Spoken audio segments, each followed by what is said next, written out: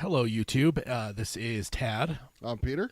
And we're here for Dark Tower Palaver. This is just, we do a little extra intro here, but basically we want to let you guys know we are a podcast, and we are basically live streaming our podcasts, as well as now we have cameras and stuff. So basically what you're watching here is our podcast. You will, in a second, we'll hit the intro, and then everything you hear on the other side of the intro will basically be what you hear on the podcast. We just do this for like the live stream to have, folks in the chat and all that kind of stuff, as well as have another option to experience the podcast. I know we keep teasing that eventually we'll have some new stuff, and we certainly will. I guess we can even just say it now. We were originally going to do a reaction video to the Chapelwaite trailer, but now that Chapelwaite's completely out, it seems like not necessarily the best choice for things to do.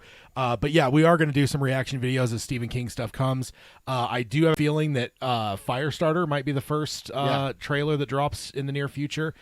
So when that happens, we will definitely do a reaction video to that and have it here on the YouTube channel as well. But as of right now, everything on the channel is just our podcast episodes. So, but yeah, definitely be on the lookout for some other videos.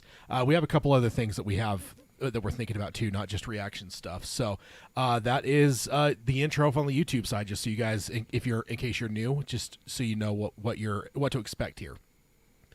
So hello, Mark. Welcome. So let's jump on into it. We got roundtable number 112. And yeah, let's just dive in. It isn't as busy of an episode as last time. We saved some stuff from last time, and I'm glad because not a lot has happened since the last episode. So, but we do have some Palaver stuff to cover, so I'm sure we'll still have an ample Palaver. So, and there's always tangents. Yeah, I mean, it always happens. So let's go ahead and listen to the intro real quick and get started.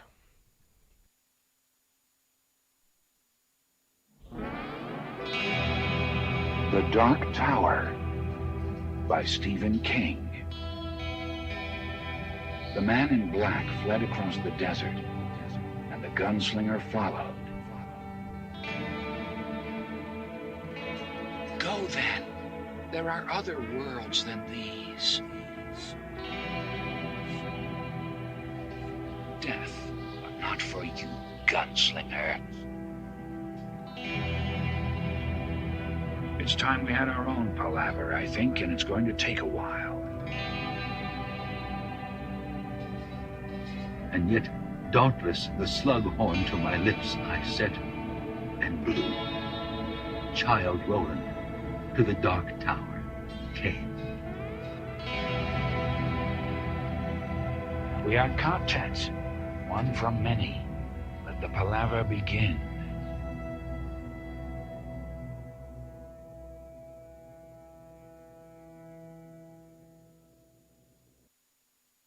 Hello and welcome to Dark Tower Palaver. This is our podcast covering Stephen King's magnum opus, as well as the extended King universe, which the Dark Tower encompasses all.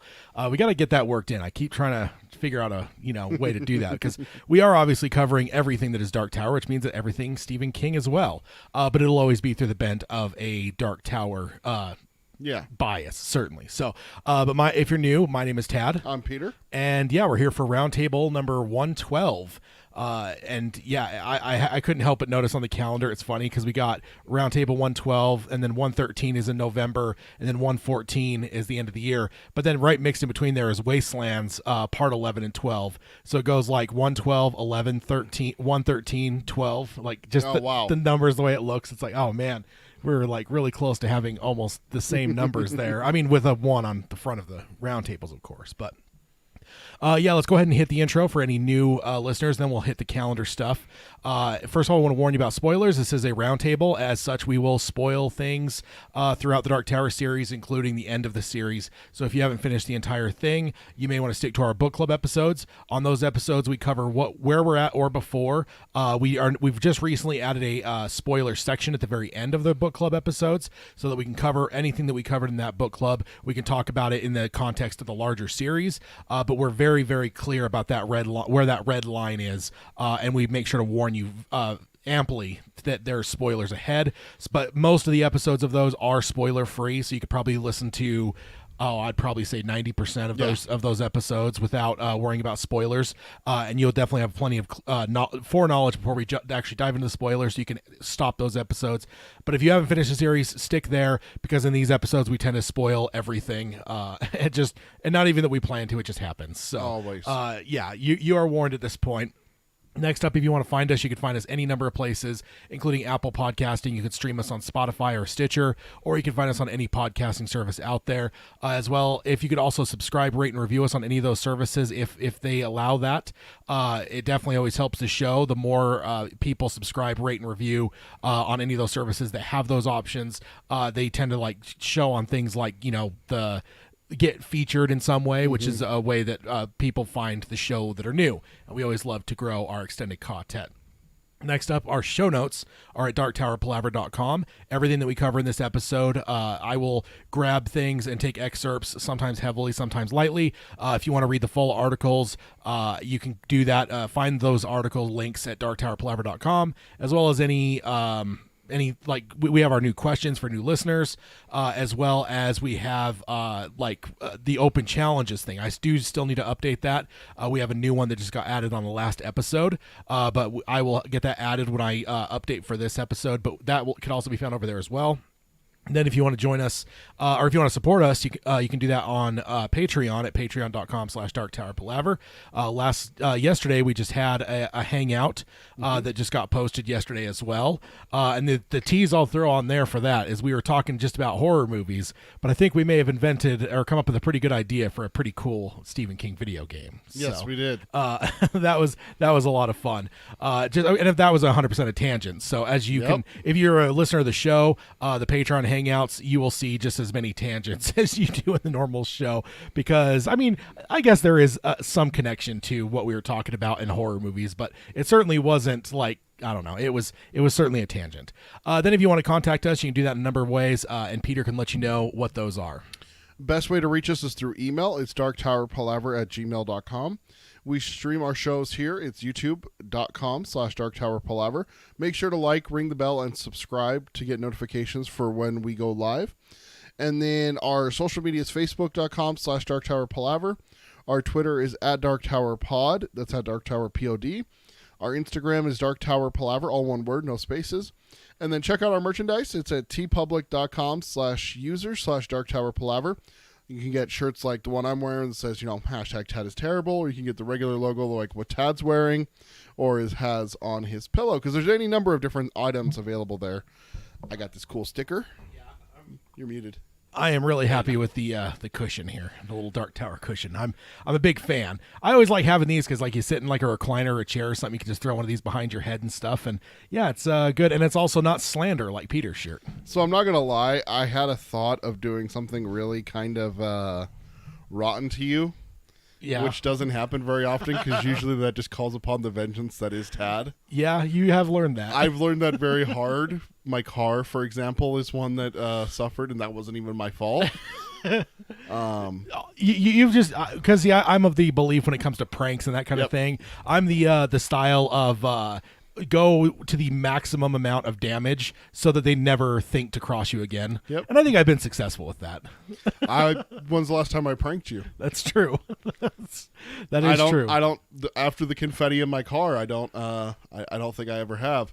The worst part was that I'm going to tell the story real fast, if you don't mind. It was a work thing where we worked together right out of high school. We worked at Walmart, and we were in different departments, and the departments had a war. And I got blamed for a prank that someone in my department pulled that I did not pull. Yeah, but of course, it was my fault because I helped. I will admit it. I helped. So Tad, in his evilness, had a spare key to my car, took what was it, like 16 bags of glitter? Oh, yeah. It must have been, it would have been measured in pounds. Yeah, it was pounds of confetti. Yeah, and it was like super granular stuff, too. So I spent probably like $30 trying to get that vacuumed up. I never got it all out of the car. It was still there when I sold the car. Yeah. Because I sold it to a dealership. And they're like, what's with all the glitter? And I'm like, don't ask. The worst part about it was the car didn't have air conditioning, and this was done in like June. Oh, yeah. And so, 4 or 5 months later, we hit October, November, when it starts to finally get cold and I have to use my defroster and my heater, Tad had taken the time, I think you said you used like a piece of paper that I had in my car, and built a makeshift funnel to funnel it down into my vents. And so when I turned I completely forget about this. When I turned my heater on, it just everywhere. Like months later. Months later. Probably 6 or so months later. So yes, and see again though, you learn the lesson. You know, it's best to not engage me in such things. What I was thinking about doing is getting one of these #TadIsTerrible stickers and just putting it on your bumper one day without you noticing. See how long it took you to notice. I mean, I usually approach my car from the rear, so I probably would have noticed. Who says I put it on the front? I mean, I put it on the back. I could have put it on the front. Oh man, sorry for anyone watching as well. My allergies are freaking killing me. I've even doubled my allergy meds, and I still just cannot keep my eyes from watering. So, I don't know. I think it's rain. Every time it rains, I think it just kicks all the pollens and stuff down. So, no matter how much I take allergy medicine wise, my eyes just continually water. So, if you see me wiping my eyes, that's why I am dying. He's not crying. He's just. Yeah, no. Tad can't cry. I'm not sure he has a heart or tear ducts. Okay, so and then next up, let's hit the calendar. So we are on Roundtable 112 today, and then the rest of the year it is every other show. So we got a book club next time, then a roundtable, and then a book club, and then the roundtable to end the year, which is episode 114, and that will be our year-end bash. More details on that as we get closer. So just know that that'll be a little bit different than our normal 2 roundtables to every book club. So be ready for that. But it is on schedule every 2 weeks as we've been doing. I don't think there's any change in that schedule, even with all the Christmas vacations and everything else. I think we're going to miss all that. So that is what to be prepared for going forward. Okay, so let's go ahead and jump on into it here. The first thing we got here, and there's not really a great thing to necessarily share on this. There's kind of a trailer video, but it's not really something that's easy for us to use on here without probably getting some kind of copyright issue. So I will just hit it with a slide here. And this may be news to Peter, but I think a lot of other people have probably seen it over the last little bit. There is a Dark Tower audio drama apparently in the works. By I think it's a YouTube person. I mean, they've got social media presence everywhere. But just reading through their stuff, it says, I don't know, are you familiar with audio dramas? Like we talked about this just a couple episodes ago. There's a podcast that's an audio drama that we got turned on that was Stephen King, didn't we? Yeah. I mean, I haven't downloaded some of the episodes. I haven't started listening to it yet. What's it called again? I don't remember. Let me grab it real fast. But audio dramas, I'm familiar with it from like Star Wars, because back in the 70s, they did do an audio drama version of the first movie, I believe. And it's basically just a thing where it's like, it literally is like a throwback to like the 30s or 40s when you would have had some kind of, like instead of a television program, you had a radio program. So you'd have like actors conveying lines and stuff, but it's kind of an adaptation of something like a film or whatever. In this case, a book. So I would imagine if this is an audio drama, as I've seen them before, like it wouldn't just be reading the book. Like it wouldn't be like an audio book that has actors reading certain parts. It would be adapted from the book. In terms almost like a play, but instead of it being on stage, it's just a radio drama. It's just radio, okay. yeah. So Strawberry String. That's right, Mark. That's what I'm thinking of. The podcast that we were turned on to by one of our fans. I can't remember who it was. No, it was a news article. Oh, was it a news article? Yeah. Oh, okay. Yeah. That's kind of what an audio drama is. It looks like they're going to be breaking it up into seasons, and the first season is called The Gunslinger, and it is slated for late 2022. So it's a ways away. They were saying that the trailer was coming on Monday, but according to Twitter, not even that long ago, like 16 hours ago at the time of recording, I saw a tweet where they said it may actually be delayed because they're working on it. So it may not actually come out on Monday, but at some point a trailer's coming out, and we're probably about a year away from it actually releasing. And then I'm interested to see how it progresses. I am like intrigued like how that works in terms of like, I guess if you're like I guess like I wonder about it like copyright wise, you know what I mean? Like Yeah. because obviously the books belong to Stephen King. This is not, and this is more of a fan thing, so maybe that's, I don't know how it works, but it's something coming. And I will actually admit that I have not thought about doing this, but I have certainly I've actually even reached out to some local actors to kind of get an idea, because I actually have a couple things throughout the series that I've considered doing just chunks, not like a whole thing like this. That's way too much for my my mind to comprehend. But there's a couple things where I'm like, I've actually reached out to some actors and got some ideas and stuff and tried to like slightly budget out potentially doing some small snippets of things. So like a scene or two. Yeah, type thing. So I will link the kind of announce thing. I guess it's not really a trailer because they're saying the trailer's coming Monday. So the announcement thing, I'll post that on there. It looks pretty cool. But we'll definitely see how it goes. It sounds like we are probably about a year from it actually coming out, though. So a lot of waiting involved there. But Gotcha. we will definitely watch that as it comes. Mark says in the chat, it will be better than the movie, that's for sure. And then Agamorphy says, I listened to Strawberry String. It was okay. Yeah, and it's always tough. Like, and like to me, I still have a hard time because to me, podcasting is like what we're doing. So like and I get like a lot of people like different things, but for me, when people are doing like these scripted podcasts where they're like telling stories and stuff, I find that really cool. But in my mind, it just doesn't jive as podcasts for me. Even though I don't necessarily, I'm not like trying to like negate what they're doing. It just for me, like kind of what we're doing is what podcasts would.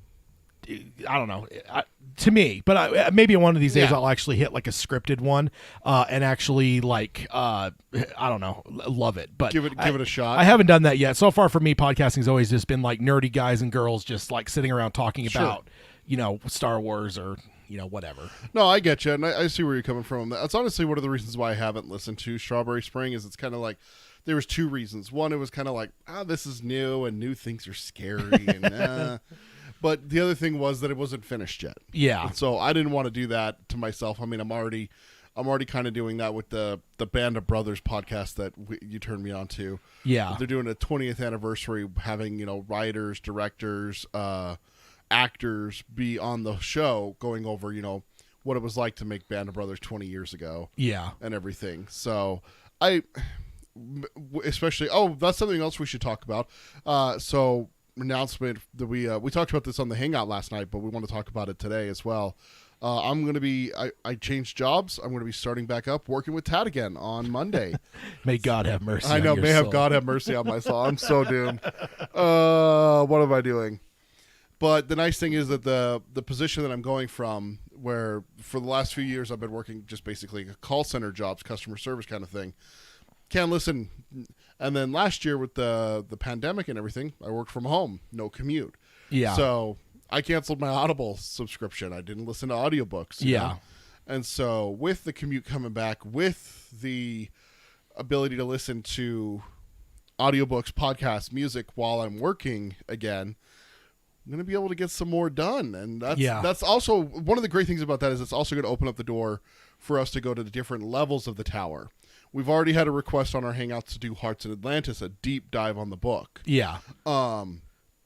Tad's 100% convinced that one of the things that we need to do, and I gave it some thought last night, and I'm going to say yes to what you were saying. Short stories is going to be something that we may even dedicate an episode on the Palaver side and not just on the Hangout side to some of these short stories. I mean, and there's certainly an outstanding one that we have to cover. You were telling me about the one last night that has the three stories: the body, App Pupil, and Rita Hayworth in the Shawshank There's Redemption. a fourth one in there, but there's a fourth story in there. We can't remember different which one. seasons. But we just talking about that, going over those four, that may even be 2 episodes. Take 2 stories and still do the news, still do an email or 2. Yeah. And then in the Palaver section, talk about just those 2 stories or one story and just kind of take it as we go. Yeah. But that's going to be the nice thing is that But for the one thing we definitely have to cover is Little Sisters of Illyria, which is the Dark Tower. Oh yeah, absolutely. That's short something story, that so. we haven't even touched yet, and so. But we have been talking too. Yeah. I think as we move into 2022, we're actually going to be doing some not necessarily book club level stuff. Yeah. But we're going to actually be using some roundtable time to talk about. I don't know, like, or not talking about, but kind of doing some more maybe 10,000 foot view of things. And you know, kind of like whatever, because I don't know, yeah, there's just a lot of stuff to talk about, and the way the book clubs go, they are a lot more granular and definitely ground level, that it's going to take us a while to get through not only the series, but then when you get to the extended stuff, you know, so we are going to kind of start hitting that stuff in 2022, where we'll hit some 10,000 foot views on the round tables talking about some different things, so that'll be a lot of fun. Mark says in the chat, breathing method is the 4-story he thinks. Okay. Yeah, and I'm definitely not shitting on it. It's just one of those things that, like, 3 of them became movies in the 90s. And not just okay movies. Or 80s, too, because the Body came out in, like, 86. So. And not just good movies. You know, Yeah, all like, 3 of them yes. are considered fantastic Like, movies. Yeah, well, I mean, Apt People doesn't have nearly the acclaim that Shawshank, or, I mean, Shawshank and Stand By Me, I always want to say the Body, is, those are probably 2 of the greatest King movies of all time. Like, and not just King movies, like, people would rank those as 2 of the greatest movies of all time. Shawshank's on easily on almost every, if you do a top 50, top 100 movies of all time, Shawshank's there in the top 10. Top 3. Almost every single list. I'd almost even say top 2. Like, it's pretty much like, if you have Shawshank out of the top 5, just throw the list out. It's not creditable. Well, I mean, in general, I tend to find like that, and like The Godfather tend to like flip flop at number 1 and number 2 on different lists. But yeah, it's definitely always up there. And I think the Stand By Me is certainly up, in maybe not in that same level of like greatness, but I think if you did a top 25 list for most people of movies of all time, I think Stand By Me probably falls in there. It's just a great movie. It's and I've never seen Apt Pupil, so I can't even. I've seen Stand By Me once. I mean, obviously, I've seen Shawshank Redemption. Love that movie. My wife loves it as well. So occasionally we'll bust it out and watch it. But Stand By Me, I think you made me watch it once, but man, that was before we even started the show. Yeah, so good long time ago. Yeah, very long time ago. One thing I have to just because tangent wise, I've been listening to the King Cast guys. Had some Halloween Kills people involved. Oh, nice. And one of them was Jamie Lee Curtis. They had the Queen. Oh, the Scream Queen. And she didn't go that deep into it. Like I definitely felt listening to it that like she probably perceived it more as like a normal press thing, and she picked Stand By Me, I believe, or The Body, and she talked somewhat about it, but there was a lot more that was just general talk. And one thing that she talked about was that she says she's always had kind of a mind for branding, and she said she remembered because she's like super close to Rob Reiner, which did Stand By Me. In fact, she actually got married in his house. Like he had was doing construction and it was finished, but they hadn't moved in yet, and Jamie couldn't find a place for their wedding, so they were married in his house. Oh wow! So like they're close. But she did mention that when she first heard that they changed the name from The Body to Stand By Me, she said that's the stupidest thing I've ever heard. Wow. She said The Body is a brilliant title and Stand By Me is a shitty title. And like honestly, I've never really said it, but I agree. The Body is so much better of a title, dude. Stand By Me, I mean, I know that's like ingrained in like the nomenclature of pop culture now, but dude, The Body is it's such a better title.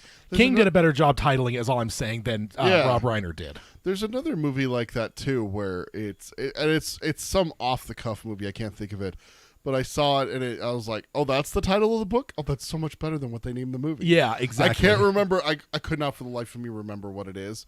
But it's not like Rita Hayworth in the Shawshank Redemption, where they just took part of the title and just used it because it's easier to say. Yeah. That was one that we discussed this when it first came out. Freaking Birds of Prey. Yeah. The full title, and I never realized this. I thought they officially changed it to Harley Quinn. The full title, because me and my wife just watched this for the first time the other day on HBO Max. Oh, really? Is Birds of Prey and the Emancipation of the Wondrous or something like that, Harley Quinn. Yeah. It's like, what the fuck kind of title is that? Yeah. Holy shit. Like, damn. Yeah, it's quite, and they actually changed that midway through production too. It was just called Birds of Prey. Yeah. And then they changed it midway through. So kind of weird. But Agamorphy says that was I think they changed it so it didn't sound like a horror movie. I get it. Yeah, and that's what Mark said. Yeah, you said Agamorphy, but Mark said that. Oh, Mark said, yeah, sorry. Agamorphy just put it in the chat. That was a great interview with Jamie Lee Curtis. The recent with Anthony Michael Hall is also good. I haven't listened to that one, but I did listen to Judy Greer, which is Laurie's daughter in the Halloween movies. Yeah. I did listen to hers as well. But yeah, no, I definitely enjoyed it. I mean, I like. There's very few people I love as much as Jamie Lee Curtis. Like, she is, she's the queen. Yeah. Like, not just scream queen. She is the queen. Like, she's just a badass. And like, because even in that interview too, they were like something about, are you scared of heights? I don't remember why that came up. Oh, I think it was the train track. They were talking about the train track thing from Stand By Me. Oh, okay. And she's like, have you fucking seen the Last Action Hero? Isn't that the one that she was in with James Cameron movie with Arnold? Is that I always get them like there's a couple of those that I get mixed up. It's not Last Action Hero is where he's the action hero. It's True Lies. True Lies. Yeah, I always get like there's like 3 of those Arnold movies in that era. Yeah. That I just jumble the titles. But yeah, she asked about that one, and then she started talking about that helicopter scene. Yeah. She's like, that was me hanging out of that helicopter. Like, she's like, I'm not scared of heights. Well, you never know if it's actually a helicopter or if it's a rig. And well, I guess they didn't really have CGI back then. She was like rigged up and stuff, but ultimately she was still hanging out of a helicopter. Well, it's the one I'm thinking of is like there's one that I just saw the other day. There was a making of like something was coming out and they were showing the making of it. It was a helicopter. I think it might have been The Matrix, where it's like the helicopter, but it's this far off the ground. Yeah. Yeah. Well, it's where Neo's doing the minigun. Yeah. It's like, yeah, he's in a helicopter, but it's Yeah. it's a set. Yeah. Not an actual helicopter. That I got to remember. That's one of the golden starts to the CGI, that it is now. In 99, yeah. That's something that happens now is that they'll build a set and make it look CG. Yeah. Where it's, yes, you're being, hung onto the rung of a helicopter, but it's really, you're suspended 10 feet above a, swimming pool kind of thing. Yeah. But ultimately she's a badass. Like, back then, a lot of directors didn't do that. I mean, another thing I learned out of that. Yeah. She was originally, her mom was asked about her starring as Reagan in The Exorcist, and her Jamie to do it, and her mom's just like, "Fucking no, my daughter's not going to be in a movie called The Exorcist." So, yeah, that was pretty cool to hear because I was like, "Oh man, can you imagine how much more of a legend she would be if she was Reagan?" I mean, she's already like almost untouchable. She wouldn't have got cast in Halloween. She probably wouldn't have. No. She would have been known. I mean, she would have had other things that probably would have come up because she was starting. Halloween was her first movie, right? Yeah. I think she'd done some like TV stuff, but that was her first movie. So, in fact, I think Halloween says introducing Jamie Lee Curtis. It does. So yeah, it absolutely does. You're right. So I think that I don't think that the career path would have been the same that Carpenter would have looked to her. We would have got someone else. Well, maybe Carpenter's biggest reason for taking her is because of her mom. Because her mom is in Psycho, and there's a lot of allusions to Psycho. Yeah. I mean, the nurse is Marion Chambers, which I always remember because of Jake Chambers. But Marion is the name of the girl in Psycho, and so that's the nurse's name in Halloween. Is that is that the main the one that gets killed in the showers name, Marion? Or is that the one that comes looking for her? No, Marion's the first. That's Jamie's mom. Jamie's mom, okay. Yeah, and then Janet Leigh, right? Sam Loomis is the name of the boyfriend, her boyfriend in Psycho. So there's a bunch of allusions to Psycho in Halloween. So honestly, even if she was Reagan, she still probably would have got the part because she's Janet Leigh's daughter. She's Psycho alumni offspring. Yeah, exactly. She was already royalty. She was born a princess in the horror realm. She became a queen in Halloween. Indeed. Tangents aside there. Yeah, so the audio drama, we'll definitely keep an eye on that as we go forward with that going into next year. But then let's jump to the next thing. So before we move off of this one, I just noticed Steve in the chat said the visuals on this are so mind-blowing. Do we have visuals already for the audio drama? No, so that's the thing is so there is the trailer thing, and I'll link that in the show notes. Mm-hmm. But the thing is that kind of is weird is it's not anything to do with the actual audio drama. Oh. So there's a it's a YouTube. There's a guy that did a song, or there's a band that did a song, and they started it with the George Guidel reading the calling of the names and toward the tower, and they put some like reverb on it and stuff, and then that does like the first bit, and then it goes into their song. And so the trailer for this audio drama just uses literally just that, and I'm just like, okay. And then also there's kind of a fan movie that's kind of in the kind of in the works, I think. Like in terms of fan funded and stuff. We might have a talk with someone involved with that at some point. But they put a trailer out for their thing that had a bunch of visuals, and then this audio drama used those visuals with that other guy's song. So it's like two things in the thing that aren't really anything to do with the audio drama, that's like taken from two other fan created Dark Tower things. They just merge them together for their like announcements. So interesting. There's some cool visuals, but it's not necessarily to do with the audio drama. It's to do with something else. Gotcha. So, let's go ahead and jump over to the next one. This should be fun. The Shining, Stephen King novel, now becomes an opera. No, thank you. So this is by Josh Corngut from Dread Central on August 28th, 2021. This is one of the ones that we skipped last time because last episode was a full one. Yeah. It says, listen, The Shining is operatic. From the soaring opening credits to the Rockies till the snow-blinding finale. Kubrick's adaptation of Stephen King's masterwork is hella dramatic. So it's no surprise that the Opera Colorado is staging The Shining for their upcoming 2022 season, and it looks wild. So... yeah, that sounds about right. And also, what better state for it to be taking place in than Colorado? As per the official website, the operatic adaptation of The Shining is written by Pulitzer Prize-winning composer Paul Moravec and librettist Mark Campbell. Hoping for a fresh start, the Torrance family takes up the care of the Colorado's infamous Overlook Hotel. Little do they know that the isolation in the hotel's corrupting spirits will spark an inevitable descent into madness. Dun dun dun. Yeah, it's great.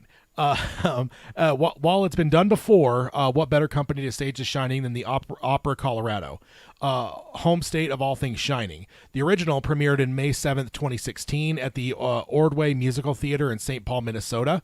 So, it's not new. It's something that's been done before. Yeah, they're just kind of revising it. Yeah. The Shining isn't the first time Stephen King was adapted for the stage. Carrie, the musical, opened on Broadway in 1988 and is still considered one of the biggest flops in history. Damn. Failure won't keep a bad girl down, though, as Carrie musical lives on. It's on off-Broadway revival in 2012, and even appeared on an episode of Riverdale. And I'm aware of that one just in the, like when I first heard about this, my first thought was like, oh, the Carrie musical. That's just, I knew that existed. I never knew that there was musicals based off of King's works. Oh, yeah? Yeah. No, I never heard of this. Yeah, it says also other notable King works to get stage adaptations to include Dolores Claiborne, The Shawshank Redemption, Misery, and Rage. A show titled Ghost Stories adapted multiple King short stories and toured the U.S. during the mid-'90s. So, yeah, there's a number of King stage works. So you can't buy the Rage novella, but they're going to make it into a stage production? Yeah. Wait, what? Well, this is the mid-'90s. It wasn't put out of print at that time. Those are ones that have come out. It says also notable King works to get stage adaptations included Dolores Claiborne, Shawshank, Misery, and Rage. And it says a show titled Ghost Stories, that was the title of it. It adapted multiple King short stories and toured the U.S. during the mid-'90s. So, yeah, that would have been before. I thought that was, these are the ones that are going to get adaptations. No. I was like, there's like someone like churning these out. Okay. So they did churn them out already. Yeah. So most importantly, The Shining will play on February 26th, March 1st, 3rd, 4th, and 6th of 2022. And you can get your tickets at the link provided, which I'll throw in the show notes. So are we taking a trip to Colorado is what you're saying? I mean, I did have the thought. It's certainly right there. I mean, I don't know what part of Colorado it's in, though, because Colorado's a big state. Where does it say? Let's see. Room 217 is calling. Tickets are now on sale. Let's see. It's called the Shining. The Ellie Calkins Opera House in Denver Performing Arts Complex. Oh, so Denver. Yeah, it's about 7-8 hours away from here. Yeah, I think the only thing that would like make me take pause is that is in the dead of winter, and making that trip may not even be possible, because if you drive through Wyoming, like I-80 through Wyoming gets shut down a good chunk of the winter because of storms. Only when it's storming. It stays open for... They try to keep it open as much as they can. They try to keep it open as much as they can, but if there is a storm, they will shut it down. For an interstate, which are really big things in the United States, that one gets closed a lot. Well, you got I-80 going across Wyoming, but you can also go through I-70. Which is even more shady. Which is Also has the Eisenhower Tunnel on it. Yeah. Yeah. Which could be a little bit of a fun trip for me and you to do. I mean, tunnels are fun, right? I don't know. That's literally the one from the stand. Yeah, that's the one that Trashy is at. Yeah, and then they find the kid later on. Yeah, just outside of it there. So, so that's a lot of fun. I don't know. Yeah, we might have to think about that. That might be a fun little trip. See what we can close to home. It's in our neighboring state here. Definitely not like across the country in Maine or anything. Yeah, it's not back in Massachusetts or Maine or anything. Yeah. So let's go ahead and jump over to the next article, and this is actually one that this kind of stuff interests me. I don't know if it interests everyone, but it is why Cary Fukunaga left Stephen King's It. So I've been a big fan of Cary Fukunaga ever since he directed the first season of True Detective, which you actually just rewatched recently. I did. So I've been a fan of him ever since, and I do remember one of the biggest follow-ups after True Detective was going to be his adaptation of It, but that didn't obviously pan out, and this is kind of him actually addressing as well, not only now, but also it goes into some previous articles that he interviewed over the years, and just kind of gives you the full picture of why he left.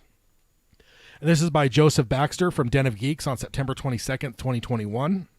And then also the reason I think this became kind of a bigger story now, and probably why he got asked these questions now, is because he's obviously was doing press for his new movie, No Time to Die, the new Bond movie. Ooh. So Mr. Fukunaga is the first American director to ever direct a James Bond movie. Is he really? Yeah. We haven't had a single... Nope. Wow. I didn't know that. No, they told Spielberg to piss off when he tried to throw his hat in the ring at one point. Wow. Yeah, they had a very... I don't know if it was like hardcore, but yeah, they've never been super open to I don't know if it's non-Brits, but certainly for Americans to direct. So yes, Fukunaga is the first one to break that barrier. So starting off here, it says, among the innumerable adaptation of Stephen King's literature floating ubiquitously like a creepy red balloon in the contemporary ether, director Andy Muschietti's 2017 updated, polished big screen rendition of It stands out as one of the most prominent and profitable, which is definitely true. Mm-hmm. I think as we look back on the golden era of King, which I still think we're in the middle of, but I think when you look over what we've seen of it so far in the last number of years, it is certainly the biggest. It's the crown jewel thing. Yeah, it's the biggest hit. It's the most like culturally impactful. Just everything about it. It is certainly the heavyweight. I do need to talk about that for a second.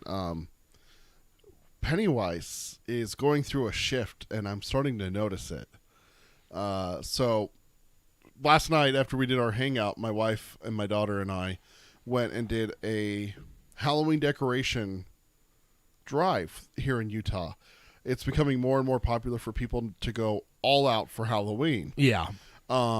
Like the way a lot of people see in most states where people do for Christmas, where their houses are just to the nines, like Clark Griswold. Mm-hmm. Like people do that here in Utah for Halloween really heavily. It's becoming more and more prevalent. And in fact, it became so prevalent that there was a Facebook group created for you to be able to pin houses so other people could go and look at them. We went and saw a clown house that actually is two houses next door neighbors. They do nothing but basically clowns, carnivals, children, dolls. Sure, your wife loved that. Oh, she absolutely loved it. It was great. We went and saw it last year too, and they do like a little scavenger hunt and everything. Well, we saw a bunch of different houses. One of them was Halloween Town from Nightmare Before Christmas. Just everything Nightmare Before Christmas. See, the cool thing there is you just leave that up until New Year's. Absolutely, you could. But the thing that really struck me was that. And this also goes back to when we went and did our Halloween shopping at Spirit Halloween store is something that pops up here in America. I don't know if it's in Europe and across the world. The memes have certainly made it obviously world famous. They show up in abandoned buildings or buildings for rent for a couple months for Halloween. We went and picked out my daughter's Halloween costume.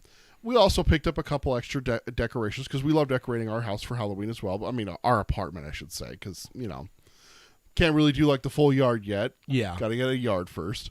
But I started to notice something. They had an entire It section. They had a wall thing that you could hang up. There was the Dairy newspaper, and it had like headlines and a story where you could actually read it. It wasn't just like like scribble. Yeah. Like some decorations are. Yeah. But I'm starting to notice more and more that Pennywise merchandise is no longer Tim Curry. It's Skarsgård. I think we're on a full-on shift to phase out Tim Curry for Skarsgård. Yeah. And that's mind-blowing to me. I still have him represented over my shoulder here. That's true. That's true. Although there is I think I've actually been looking for Muschietti, Skarsgård, to put it up next to the one up there. Yeah. My only problem is everyone I keep finding is not just normal.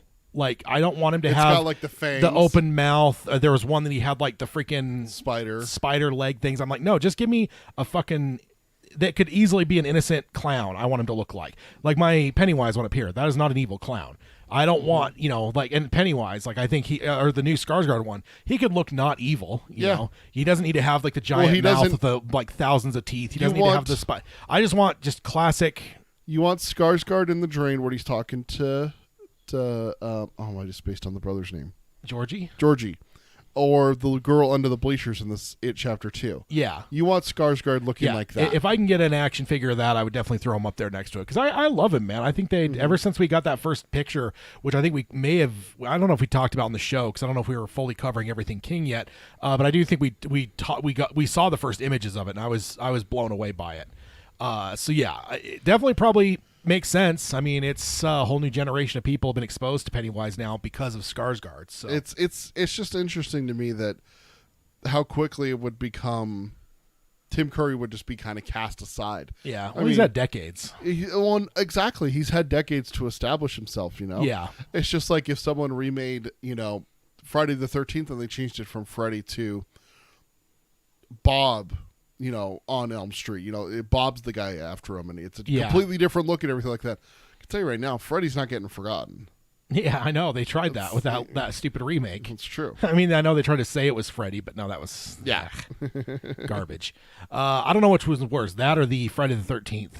I didn't see either of them. I watched the Friday the 13th one the last couple of years, and not a fan. Not a fan? Not a fan.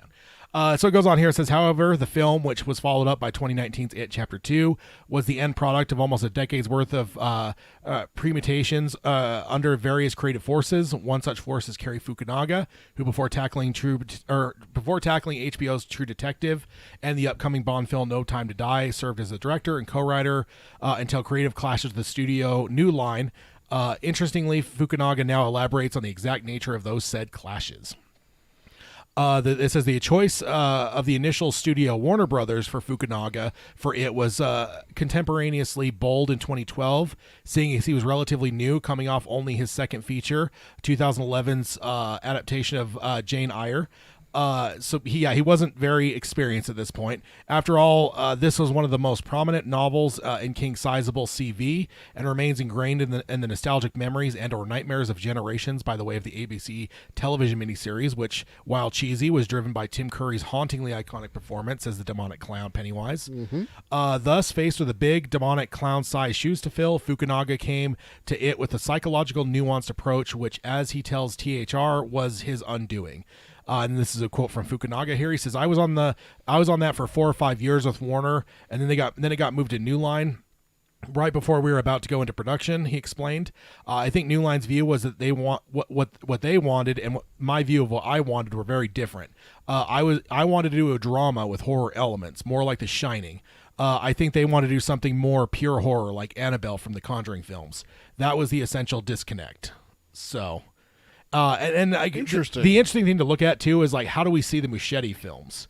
Like, do you find the Muschietti film is more just pure horror like Annabelle? Yeah. I mean, there is some elements of drama, but for the most part, it's almost straight up horror. Yeah. I mean, because there's scenes where you can have your drama there. Ben in the library. Yeah. Jumps to my mind. Ben in the library should have never been a horror scene. But it became one. Yeah. That's where he encountered the mummy, right? Yeah. In chapter 1. Not to mention the lady behind him. Yeah, that was no lady.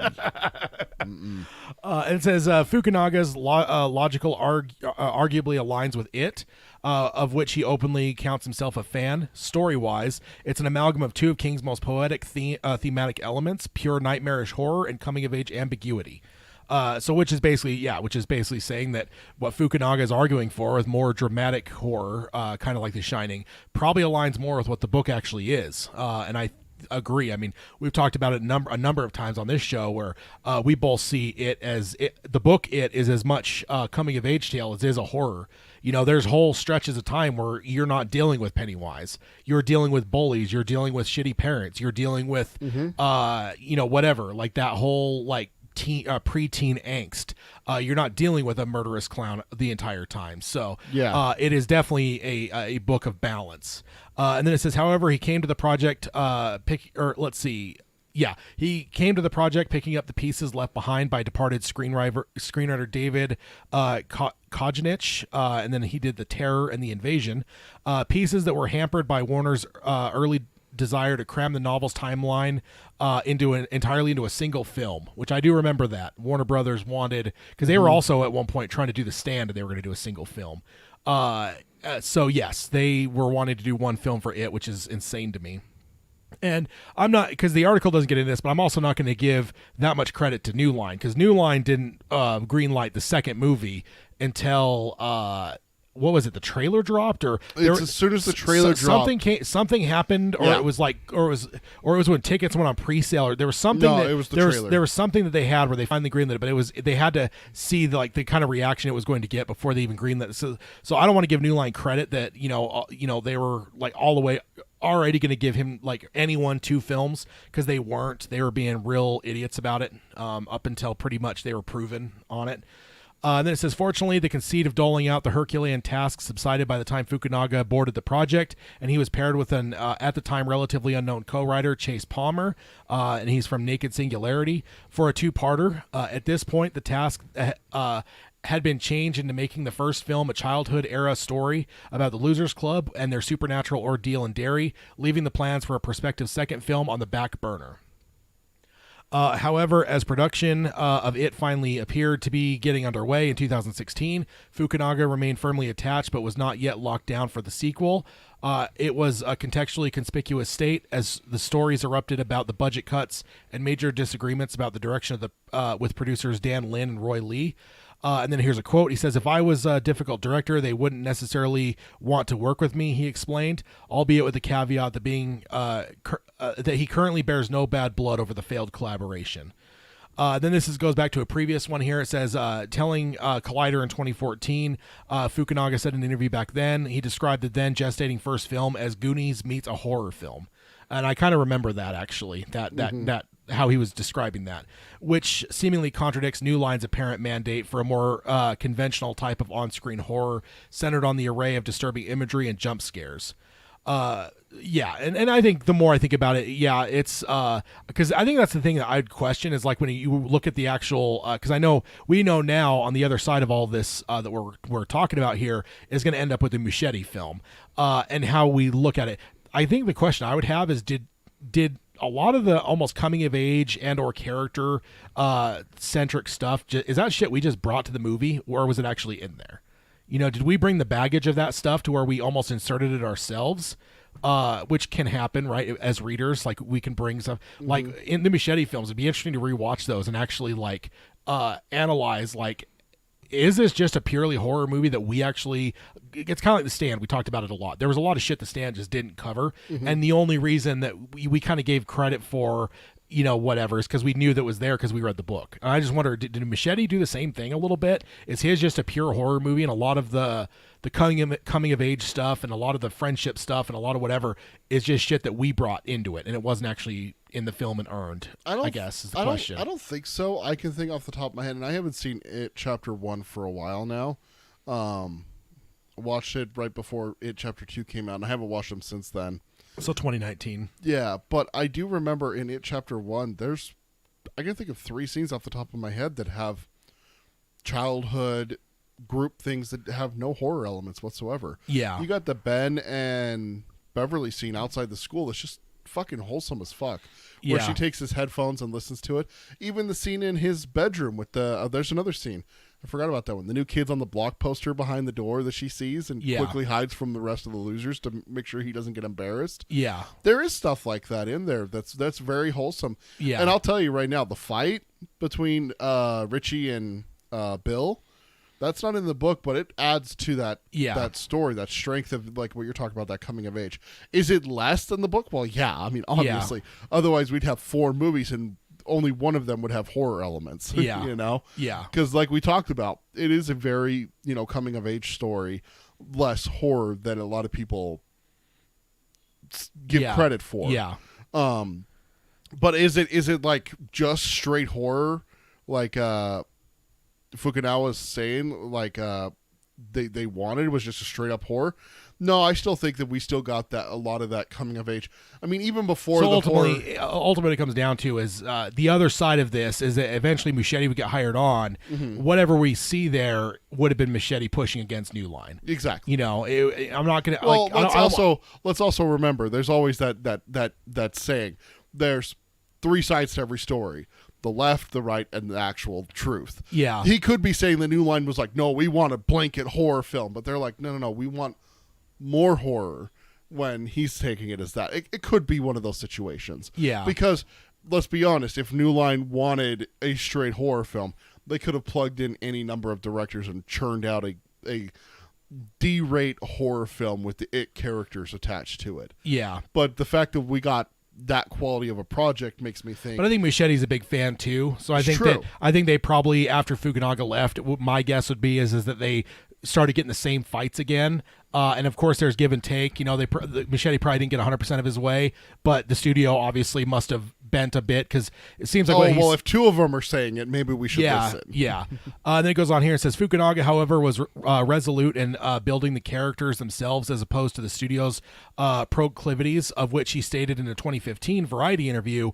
He says, "I was trying to make an unconventional horror film. It didn't fit into an algorithm of what they knew they could spend and make money back on based on not offending their standard genre audience. Our budget was perfectly fine. We were always hovering around the 32 million mark, which was their budget. They didn't want any characters. They just wanted archetypes and scares. I guess that's the other part of it that I want to add in there. So that's the other, I guess, what he's pointing at is that New Line, they weren't interested in characters. And I guess so that's where I look at it and go, so maybe what we actually got, but it just makes me wonder about it more. And I just guess that anything that we got that was actually character based is probably Muschietti's fighting. It very well could have been, and it could have been the fact that, especially, well, all the character stuff that I'm talking about is in It Chapter 1. Yeah. So we can't even say that it's, well, look how successful 1 is. And let me have more control. Yeah, exactly. And we get that in 2. We get more in 2. We still got the same amount in 2. Like, I mean, we got development when they were adults and stuff like that. It was for me. I'm not gonna go 100% and be like, yeah, there was no coming of age kid moments. Yeah. I could tell you there. It's certainly like understated versus the book, though. Well, I mean, again, you can't make that. I think you could if it was a TV thing. Like if it was, if you could spread it out more and actually you can add the horror. There's not enough horror then. Yeah, I know. That's what I'm saying. But again, with TV, I think the general big thing is, though, with movies, you're always fighting studios. With TV, they tend to like put someone in charge and just let them do their thing. You know what I mean? Way more often, and that's why a lot of people argue why television is so much better than movies anymore, is because filmmakers are actually able to do their thing without being micromanaged by studios and stuff. Mm-hmm. And I just think that you probably could, over a 8 to 10 or maybe even 12 episode thing, cover a pretty good entirety of the book where it's like, yes, episodes at a time don't feel like horror, but then when those moments come, it becomes like it's even worse. The ultimate horror. Yeah.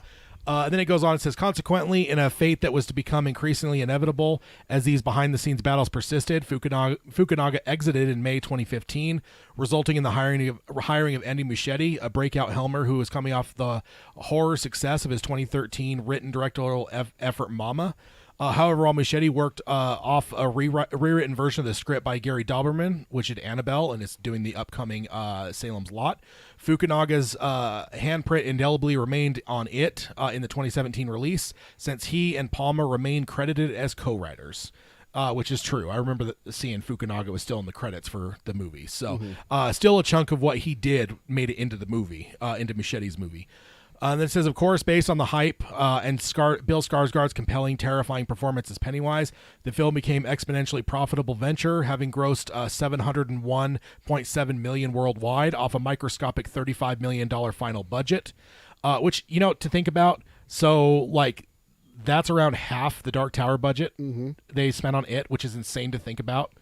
Like, they only had a $35 million budget because, like, originally Dark Tower was 65, and then they got like another 5 or so million because we ended up hearing they got a little bit of a bigger budget, probably got closer to the 70, maybe 75. So it's like you're talking half the budget for It Chapter 1. That's insane to think about because they fucking did good with their budget. Yeah, that movie didn't look low budget, is all I'm saying. Yeah, and especially when you see it's been popping up recently where it's like, that's crazy. That's how they did it in movies, kind of thing. They showed a picture for the It Chapter 1. They built the sewers. Like they didn't green screen that or go to a location. They built those so they could control them and keep the kids safe and everything when they were down there. That's insane to think that they did that on such a small budget. Yeah, it really is. I think the big thing is that outside of the sewers, there's not that many set pieces. You can just go to real locations. That's where you have the real real locations. Yeah, people's houses and stuff like that. Yeah, it says the box office success was matched by critical praise, making it a watershed moment for the current array of King projects in the realm of film and television. Still on many dockets, even though it was delayed by even though it's been delayed by the pandemic. Because again, we're still in the middle of this giant swell of King work right now. It says, ironically enough, Fukunaga may have gotten the last laugh when it comes to its spectacle-driven direction. Surprisingly, the 2019 follow-up, It Chapter 2, failed to capitalize on the franchise's monumental momentum. That's a fun thing to say. Monumental momentum. And it only earned $473 million worldwide, nearly half of its predecessor. One can conclude that while the audiences were overwhelmingly enthused to see the story updated on the big screen, the effort lacked the kind of potent pathos that would normally forge connections strong enough to see a sequel. It kind of, I could see what there's. I mean, I can see what the argument there is. It's just like, you didn't build the characters heavy enough so that it kind of petered out for the second one for a lot of people because, it just didn't have that, Well, I think the problem, and I think I said this when it first came out, is why did we cut the kids out of the second one almost entirely? And see, to me, I'm of the other mind. I'm like, why did they waste so much time with kids in the second movie? They spent a lot of time and money, and then they were de-aging and stuff, and it was just like, why? Why are we going through and giving every fucking kid more scenes as kids? Why aren't we just dealing with the adults? I felt that, like, if you're, I liked It Chapter 2. I don't want this to come off sounding like, it wasn't as good as the first one, but I still enjoyed it. Yeah. And I love some elements of it, but I felt like the almost rehashing of the childhood side on every character, well, not everyone, because Mike got fucked. It just felt to me like, why are we doing this? Like, if there's anywhere you can cut from this 3-hour movie, it should have been just taking most of that kid shit out and maybe build it in a way that the adult stuff reflects the shit you already filmed in Chapter 1, rather than like inventing all these new things that you want to show them as kids happening, so that then they can get some version of it as adults then, because that's what it felt like to me. Is there's just kind of this bounce back and forth where it's like, well, we didn't really lay the pipe for, this childhood trauma in the first movie, so now we've got to de-age these kids a couple years, film new kid scenes where this stuff's going to happen, so then we could pay it off as the adults. It's like, it just felt less earned to me, whereas if they would have actually filmed those scenes in 2017, like I'm trying to think, like there was something with like the bathroom. Was that Bev in the like the stall, bathroom stall? Was it Bev and Ben in the second movie? Yeah, where the adults are they like get sucked away and then they're in the bathroom stall as kids. Yeah, so like that whole thing, and there's like some connection to like the childhood. I'm trying to. That's just one that sticks to my mind. That like whatever, and it's like, how much more effective would that have been if that bathroom stuff as kids was shown in the first movie, and then the adult stuff that kind of alluded to that was in the second movie, and it actually felt like don't turn them back into kids. Yeah, just make exactly. them the adults. You put them back into that situation. I can tell you right now, if you have a traumatic experience as a kid, a bathroom stall where someone's trying to, here's an example. Take The Shining. I'll even give you a real one. My mom still won't go into a public bathroom because as a kid she got locked in one once. Like the locking mechanism screwed up, and she got Oh, stuck in a damn. stall. And I think she's even got trapped in like one that had like a door, like a normal door, and the lock broke. So like she legit, she will not. There you like, go. She will not go to public Yeah, restrooms so- because she had that traumatic experience as a kid where Right. you lock the thing and then now you can't unlock it and you're stuck in there. You got to like crawl underneath or something. Like So that's where what we're talking about is that you show Bev and Ben with that in the first movie, yeah. and then you put the adult versions into that, and then it's like, oh god, you don't have to replace them and make them kids in their eyes, Yeah. but just put them back into that situation, make them relive it as adults. Yeah. That's sometimes just as terrifying, and then you don't have to do the de-aging like you're talking about. And Yeah, everything. and I get that. Like ultimately, the second movie wasn't greenlit when they were doing the first movie, but there's part of me that comes to like as Muschietti, like maybe you should have at least had an idea of what you were going to do in both movies. You didn't write the whole script, but maybe you at least had an outline or Plan a ahead a treatment little bit. so that you can kind of build the setup and payoff Yeah. between two movies. Versus like I felt like most of the setup and payoff all got thrown into the second movie, and Yeah. they just did both kids and adults, and it just felt like. To me, like, I liked it a lot, but I do feel it felt bloated at times. It felt like I get it. they could have chopped some time out of there, and that's my biggest complaint ultimately. But I can kind of see what they're saying here, though, is ultimately if so much of it was about scares and stuff, we didn't have as much connection to those kids. Of course, we as readers did because we've spent 1,100 pages with them, Yeah. multiple times in some cases, in both of our cases. But ultimately, most audiences maybe didn't have that same connection because it was more about scares and stuff than it was about Yeah. real deep character connections, and then it caused them to kind of peter out with the second movie a tiny bit. And obviously they hit half the box office, so which is insane. They definitely should have hit more. I mean, at least matched. It's weird to see a halving of the thing after a gangbusters movie like It Chapter 1. You'd expect the second one to be really good box office wise. And it says, indeed, the studio overruled approach, which would have spent more significant time building character and psychological motivations, might have paid dividends. This is especially the case, seeing as Chapter 2 came across as a farcical effort that constantly bombarded viewers with bizarre, not quite scary images that detract from the psychological trauma of our now adult Losers Club members.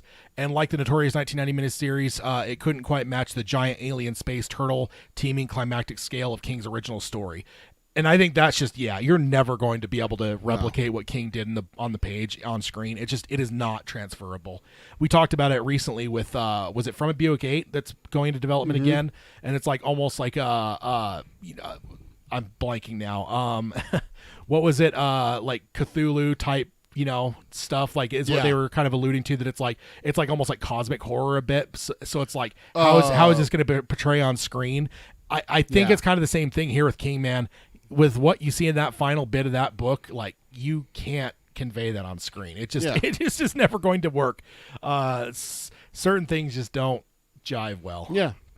So yes, that's a lot of fun, and nothing like seeing Mr. Pennywise here going into Halloween.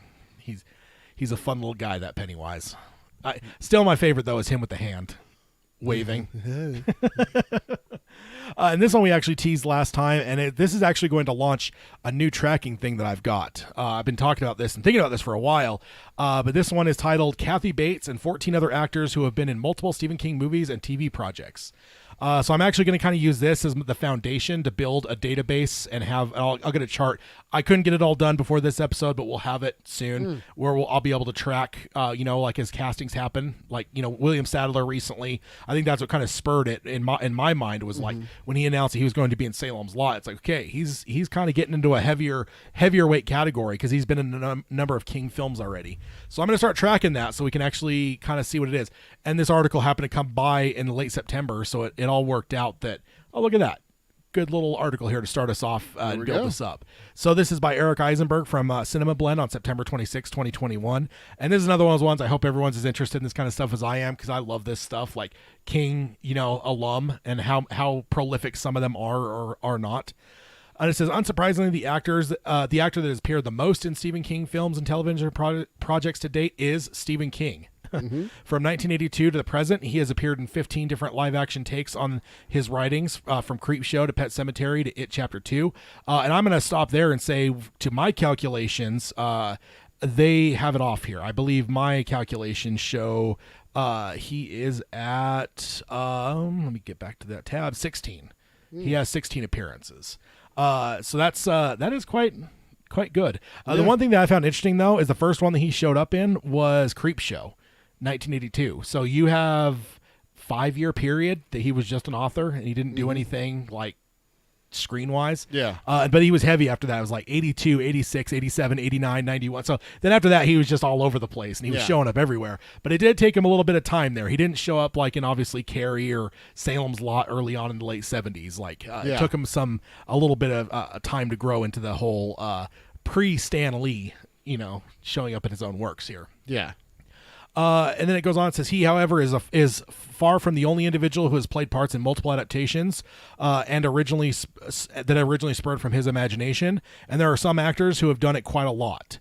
Reviewing the cast from all of Stephen King's movies and television projects, we've gone back to Brian De Palma's Carrie, and then it says in parentheses, and not including some cameos like the authors. So technically, with their list, they're not going to count just cameos, so King technically wouldn't count. I'm going to, though. I think cameos, it's just as legit. So we'll have a little asterisk next to it because King will always be the champ of cameos, but I'll count everything. Since we've cultivated this select list of actors, including Misery's Kathy Bates, who have been in more King projects than just about anybody. And it says, so to kick it off, let's start with the top dog. Any guesses?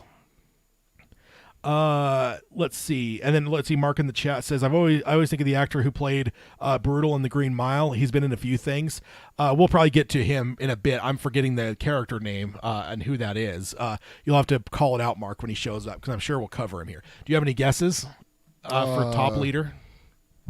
No, I mean, like, I can think of a couple, but none of them jump out as like, oh yeah, that one's definitely been in a lot more. Yeah. So it's funny because I actually did some research on this like a couple months ago because it was actually on my private Twitter account. I saw someone mention like a repeat King person and they questioned it. And I was like, no, I know someone that's more than that. And I answered it. Then I ended up doing a little bit of research and I actually did some of this research a couple months ago. I just didn't actually save it. I just, use it to send this guy a tweet. You were just kind of curious, yeah. And I was like, afterwards, I was like, fuck, I should have taken some of that down. That would be interesting stuff to have. And then the whole William Sadler stuff came up a few episodes back. And then now this article. So it's like, okay, now I'm making sure that we put a thing into this. So the leader on the leaderboard is Matt Frewer. He is in The Stand, Quicksilver Highway, Bag of Bones, Desperation, and Riding the Bullet. So he's got 5 appearances. And then their little write-up for him, it says, while he has some actors nipping his heels, Matt Frewer currently stands as the performer with the most Stephen King titles in his filmography, and that is because he has starred in nearly all of the adaptations made by writer-director Mick Garris. Together, they've only made one big screen King feature, 2004's Riding the Bullet, but Frewer has worked with Garris on the TV takes of Bag of Bones, Desperation, The Stand, Quicksilver Highway. Then it says in parentheses, note, Frewer is only on the half of Quicksilver Highway based on the Clive Barker's The Body Politique, as opposed to the half based on King's Chattery Teeth, but we're going to count it anyway. So I agree with that. Like, I think that, like, it feels like kind of like what was the Tarantino Grindhouse one where it was like there's 2 movies in one, and it's like, to me it's like, would you say that someone that was on the other, who was the other guy, was it Del Toro? No, it wasn't Del Toro. But still, if somebody was in the other half of it, would you say that like he wasn't in a Quentin Tarantino movie because he wasn't in the Tarantino half, or would you just count it? I kind of personally think count it. So unless you disagree, of course. My mind is Robert Rodriguez. Yeah. So like if somebody's in the Robert Rodriguez side of Grindhouse, I'm not going to say that guy's never been in a Tarantino movie just because he was in the wrong half of that movie. They're listed as one film. Exactly, and that's why same thing here. So I'm going to count him. I am going to give them shit though, because here in a little while they're going to get down to someone that they don't count for this, and the person was actually in the same movie on the same side as Matt Frewer here. So there's somebody else that should count as 5 as well. So there's 2 people with 5. Oh, okay. They don't count it that way though. We'll get to it here in a second though. Oh yeah, Mark saying Robert Rodriguez. Was blank on that. But yeah, so for me, I agree with counting that. So number 2 is actually kind of and like the rest of these are kind of tied. But so I don't know how you'd rank them. But this one actually surprises me because I know he's been in some newer stuff, and he is a Flanagan favorite. And it is Henry Thomas. Mr. Elliot from E.T. I didn't realize he had done some things outside of the more recent ones like Gerald's Game and Doctor Sleep, but he was also in Nightmares and Dreamscapes and Desperation earlier in his career. So it says writer-director Mike Flanagan has made 2 King adaptations to date, and he brought Henry Thomas along for the ride both times. And I'll just pause there and say he brings him on every fucking thing he does. Like He was in the has he done anything that Haunted of Hill House, right? Yeah, he was the dad. He's the dad, yeah. He's the young dad.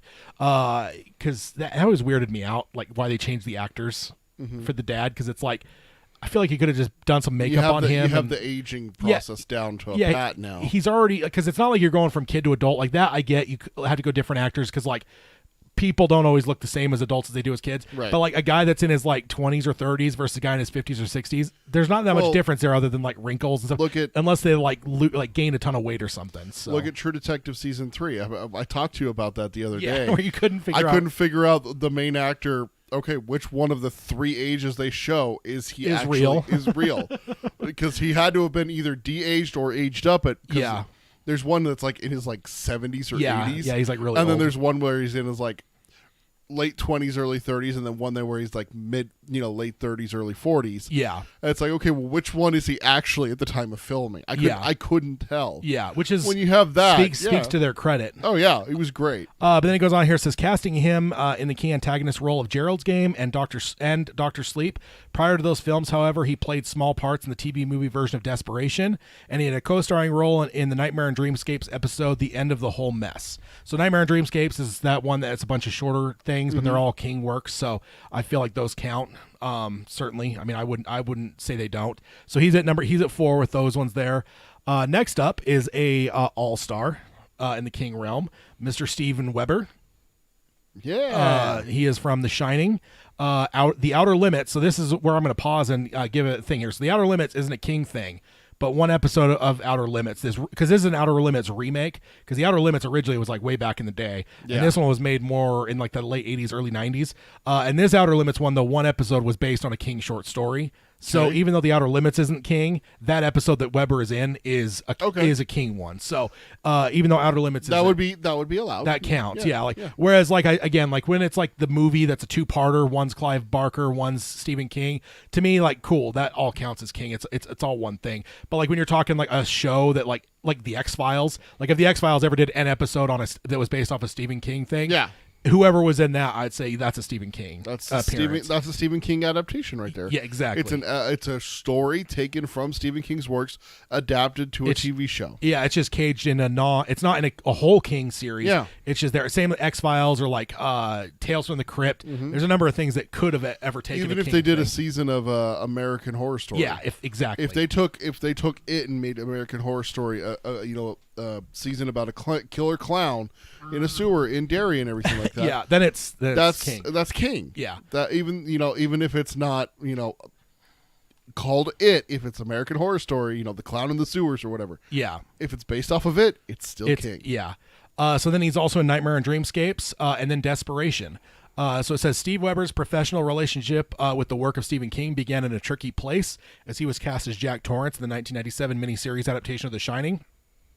But it started a successful run for the actor. One of his only 2 directing credits in his career come from when he helmed the Revelations of a Becca Paulson episode of 1997's The Outer Limits, in which he has a key supporting part, and he plays a lead in both the TV movie Desperation and they got a hell of a band episode of Nightmare and Dreamscapes.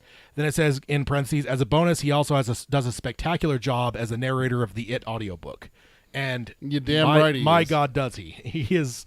Yeah, he. I don't think he's done any other ones, but just his one performance in It for audiobook wise, like puts him up in kind of the MVP realm. Like he's in this conversation with Will Patton and the Dark Tower Boys. Mm-hmm. Next up, we've got we're starting to get into the Darabont folks. Jeffrey DeMunn, The Shawshank Redemption, The Green Mile, Storm of the Century, and The Mist. So he's another one. He's a Darabont guy, but he was also in the Storm of the Century. So that kind of gives him a one-up on some people, puts him in the realm of 4. Now, real quick, did he do anything for The Walking Dead, this guy? Do you know? You watched it a lot longer than I did. It would have been in the first couple seasons, most likely. I don't think so. Here, let me just look him up real fast. Because he's so Jeffrey DeMunn. Yeah, he's so connected to Darabont in this realm that we're familiar with. I was just curious if he's one of those ones that actually carried into The Walking Dead or not. But while you're looking that up, I'll read it here. It says, Jeffrey DeMunn isn't from Maine, as he grew up in Buffalo, New York. But it is easy to imagine that his authentic accent is what keeps getting him the role in Stephen King movies. He's been in all three of director Frank Darabont's adaptations of the author's books, The Shawshank Redemption, The Green Mile, and The Mist. And he also has a supporting role in the excellent original TV miniseries Storm of the Century, which premiered in 1999. So, why is IMDb not finding him? I don't know. Did you spell it right? DEMUNN. Mark says yes, he did. I didn't see when that chat came in though, so maybe Mark, you talking about this guy is in The Walking Dead? Because I just don't remember. I watched the first 3 seasons, but it was so long ago that I just don't have a memory of it. But I would be surprised if he wasn't in it, just because it seems like he's kind of a Darabont darling.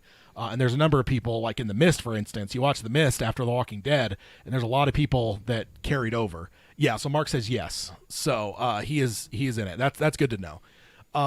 He is, and in The Mist, he's one of the 4 car folks. Mm-hmm. Or 5, I guess. Oh, he's Dale in. Yeah, he's in The Walking Dead. You're right. Yeah, and I know who he is now. Yeah. Yeah, he wears the funky little hat. Okay. So I was just curious about that, just because he is a Darabont guy. I'm like, I would be shocked if he wasn't in it, because it feels like The Mist, because The Mist is only, a year before The Walking Dead started? Somewhere in there. Wasn't The Walking Dead 2008 or was it later? Yeah, somewhere around there. So it was just not that far. So like when you watch The Mist, you see a lot of people that are like, holy shit, that person's in The Walking Dead. That person's in The Walking Dead. That person's in The Walking Dead.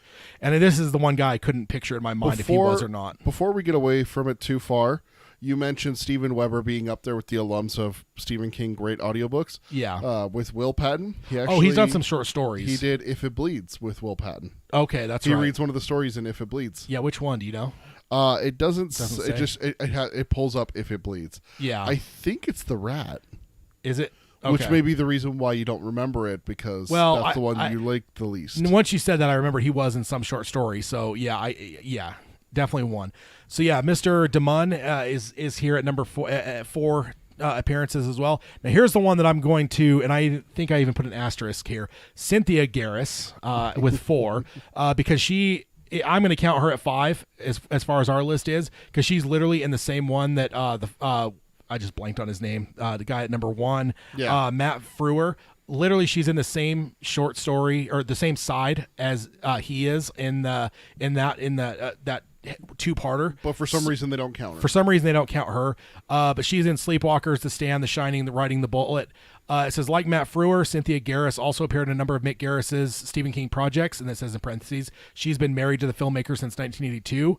Though her count is presently 1 behind her co-stars, she also has a supporting part in Riding the Bullet and the Stand, but she also plays the 217 woman in the miniseries version of The Shining, which that's an interesting thing to cast your wife in that role. That's all I'm saying. Especially because you want to be a ghoul? Yeah, do you want to be the ghoul? And has a small part in the 1992 movie Sleepwalkers, which is based on an original Stephen King screenplay. So yeah, I'm going to count her at the full 5. Let's see. Yeah, she's got Sleepwalkers, The Stand, The Shining, Riding the Bullet, and Quicksilver Highway, which, because again, I'm going to count that. I did want to mention, God, who was it here? Let's see. Have I got to them yet? There's someone that was in another King thing, and their character name was very interesting. God, let me see if I could find it now. Well, one guy, Henry Thomas, his name in Desperation is Peter Jackson. That's kind of funny. No, so Jack Torrance. That's not that one. There was some. Sue Stern. It's not her. It is. God, there was someone, and it jumped out at me here. Well, maybe I'll find it here in a second. I at some point I'll find it, but I don't remember if it's in this article or not. Yeah. There was someone that had a very important King name, but it had no connection. Really? Yeah, and it was kind of interesting. So Cynthia, we're going to list her at 5, so she is actually tied for the leader now. Of course, it's easier for her being married to Mick Garris, which has done probably more Stephen King than anyone else. Mm-hmm. But yeah, she's in there with a pretty high thing. So let's go ahead to the next one here. which is Eric Kennelyside, and he's in The Dead Zone, Dreamcatcher, Kingdom Hospital, and 1922. It says in terms of Stephen King's adaptations, Eric Kennelyside is probably best known for his exceptionally ugly death in Lawrence Kasdan's Dreamcatcher. And it says in parentheses where he dies on the toilet after pooping an alien. But he has a much more extensive history than that. He has been in 3 other King projects to date.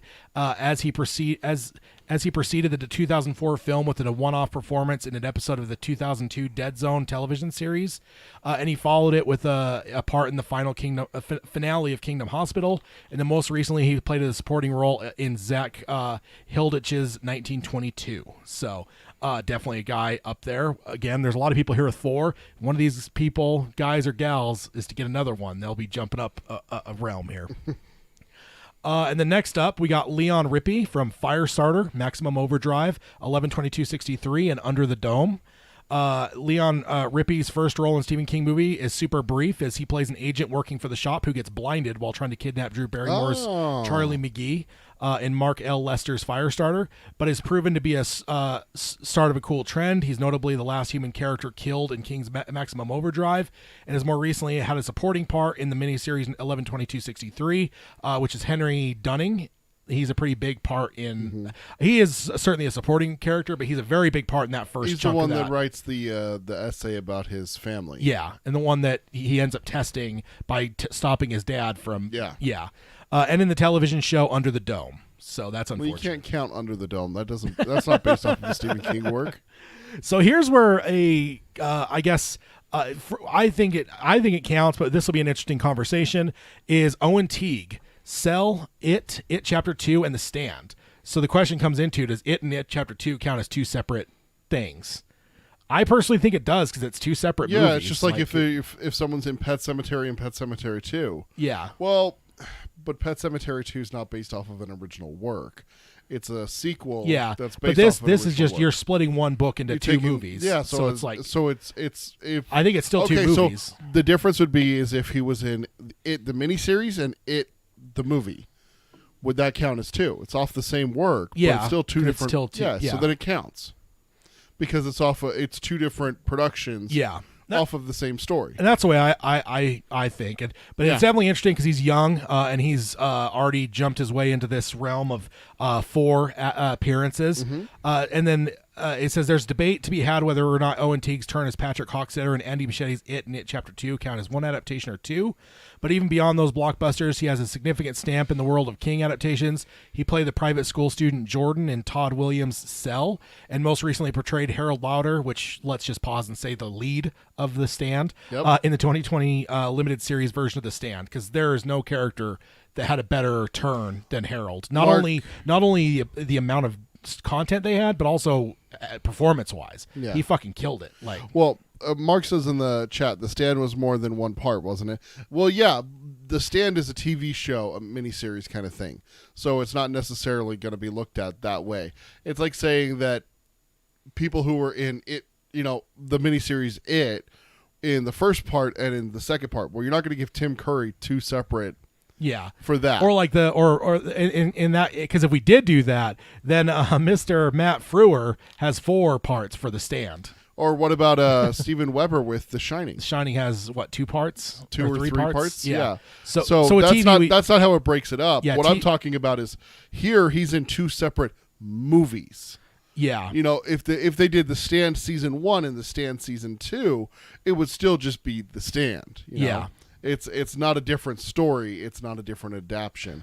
Yeah. But with It Chapter 1 and It Chapter 2, you're taking the same adaptation and making 2 movies out of it. So this list doesn't go deep enough to get into the realm of people that have like 2. And I think I'll try to get that for my list, but that's going to be very extensive. There's a lot of people. But like one that comes to mind is Skarsgård, Castle Rock. He's in both seasons. He has a very small appearance in the second season, but he's basically playing the same character. So for me, even though those are like separate stories, I count that as 1. Because it's all based in Castle Rock. And it's all like tying. I think that was like the tying thing that tied those 2 seasons together a tiny bit. But yeah, so for TV, I'm going to count it 1. But like for movies, and I don't think we're going to have to worry about it. I don't think part 1 and part 2s are going to happen a lot more in the future. But I think for it did. And I think it counts to give him 2. just to clarify what I was talking about earlier is like the X-Files example that we gave. Well, let's say there's 2 separate X-Files episodes, seasons apart, that are not, linked together. There's one that's about, doesn't Stephen King have a story about a machine that kills people? Like Beyond Maximum Overdrive? No, it's like a press or something like that. It's one of the short stories I haven't read. But that one and then The Body. Yeah. Let's say the X-Files make those 2 Stephen King short stories into 2 different episodes. Yeah. One in season 5, one in season 8. If Steven Weber plays in both as different characters, I count it. But if he plays the same character crossing from one episode to another, would you count it? Yeah, and I think the only thing that would be there is that would be very specific, because that would have to be something that wasn't, because like Kingdom Hospital, for instance, it's all King stuff. Yeah, I don't know that because like imagine if they came up with, like we've talked about, I would love to see them do a short story King thing nowadays, like for Netflix or someone. Yeah. I guess what I would say though is if they ended up doing something like American Horror Stories, where they use the same cast multiple seasons but they all play different characters. Yeah, that would, I don't know if I'd count that as 2, because like I don't know. Well, it's a different story though. Yeah, but then you'd get. They would be artificially inflated. We'll have to get there if we ever get there. If we ever have to cross that bridge, well, we will. The Mangler, Mark. Thank you, Mark. In the chat. Yeah, the Mangler. That's what I'm talking about. That would be if it's the same character, even crossing over to a different story. I think I would still count it. Yeah, because it is a different story. But O&T playing Harold in 6 parts of The Stand. No, it's the same character, it's the same story that it's based off of. Yeah, it's all. So it counts as one. Yeah, and because it's TV, I think that's the big thing. Like TV is a continuous flow of stuff. Movies, like that's 2 different productions. They're years apart. Like, and I don't know. That's how I see it personally. But it's just like how many times has a certain person played the Shape in Halloween? Yeah. If he plays it in 4, 5, and 6, well, that's 3 different times that he's played Michael Myers. Yeah. Yeah. So then speaking of Mangler, Kathy Bates is next. There she is. With 3. Kathy Bates is the only actor to date who has won an Academy Award playing a Stephen King character. And in parentheses, it says namely Annie Wilkes in Rob Reiner's Misery. So it makes all kinds of sense that she would dip her toe back into those waters. She stars as the titular character in Taylor Hackford's underappreciated Dolores Claiborne. And has an uncredited role as the rebellious radio DJ Ray Flowers in the 1994 miniseries adaptation of The Stand. Mm-hmm. So, yes, indeed. Which, again, we only hear the other side of that whole outbreak of violence. I tend to think that Ray probably killed all those soldiers. We only hear it from, was it Franny we jumped to that's listening to on the radio? And you just hear gunfire and, whatever. See, in my mind, Kathy Bates bested all those soldiers. She probably ate them all alive, but, I don't think that Friend's listening to the radio. She's watching the TV program where the in the series. In the series. In the gotcha. series, yeah, because the series Ray Flowers is here. This Ray Flowers is a male in the book. But yeah, I know what you're saying in the book. Yeah, she is watching that TV. She's watching. She's like, wow, this is very graphic. I can't believe they put this on TV. Yeah, her and her dad are listening to Ray Flowers, and she gets gunned down in the series. She gets gunned down again. It's Kathy Bates, so I kind of have a feeling that squad of soldiers is dead. And she's on the loose somewhere. Who knows where? Watch out, she's loose.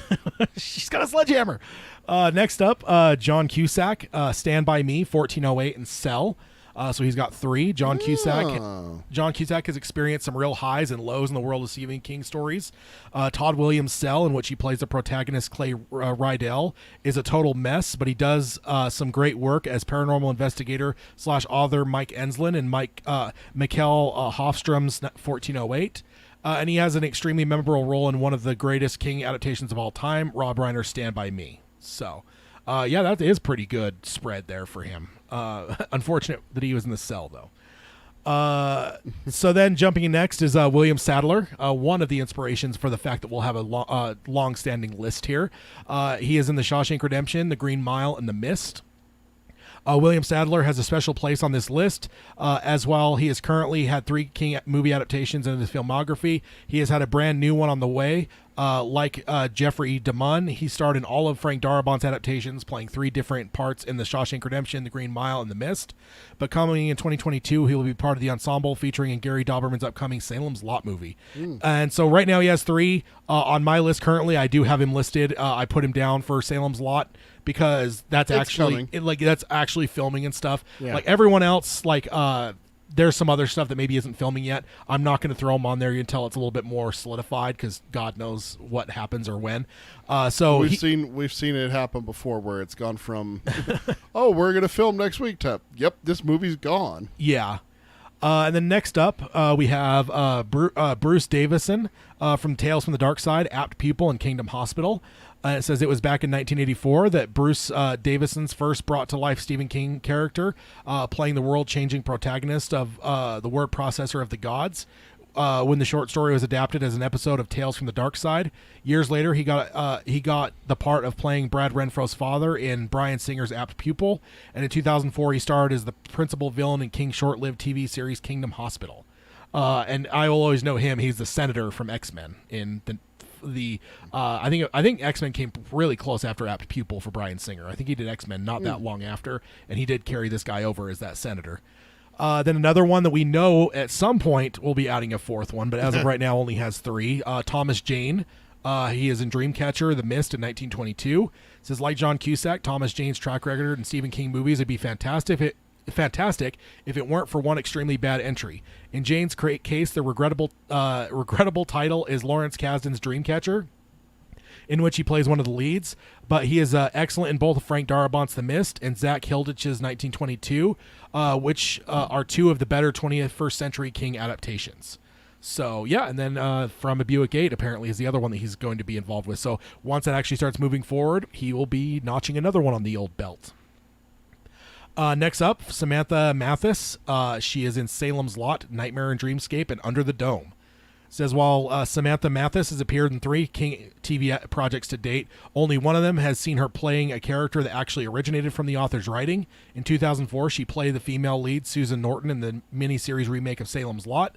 But Dr. Alice Calvert, her part in season 1 of Under the Dome, and Karen Evans, her role in the 5th quarter, an episode of Nightmare and Dreamscapes, were invented for the respective adaptations. And to me, that still counts, even if they're not from the King book. Like if they... I'm trying to think of who else may have been invented, but it does happen, certainly, at times. Yeah. But, well, there's a couple different characters that have been invented over, like, The Stand has a couple like that. Yeah. In both iterations that are not in the books themselves. And Mark says, I really don't mind Dreamcatcher, LOL. You know, I actually don't think I've seen it, but I do remember my parents went and saw that when it came out. And I remember my dad hated it, and my mom actually enjoyed it, but she had read the book.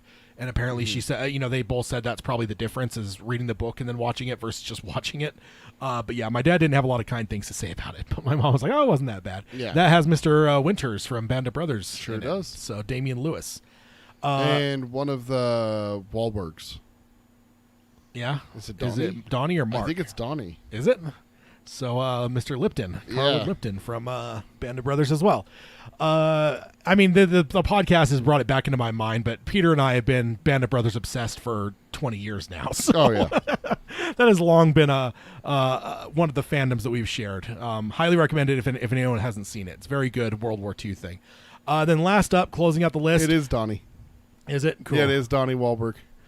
So the last one here is actually one of the ones long ago before I really put a lot of thought into this. Probably would have been in my mind as one of those like premier Stephen King guys, and it is Ed Harris.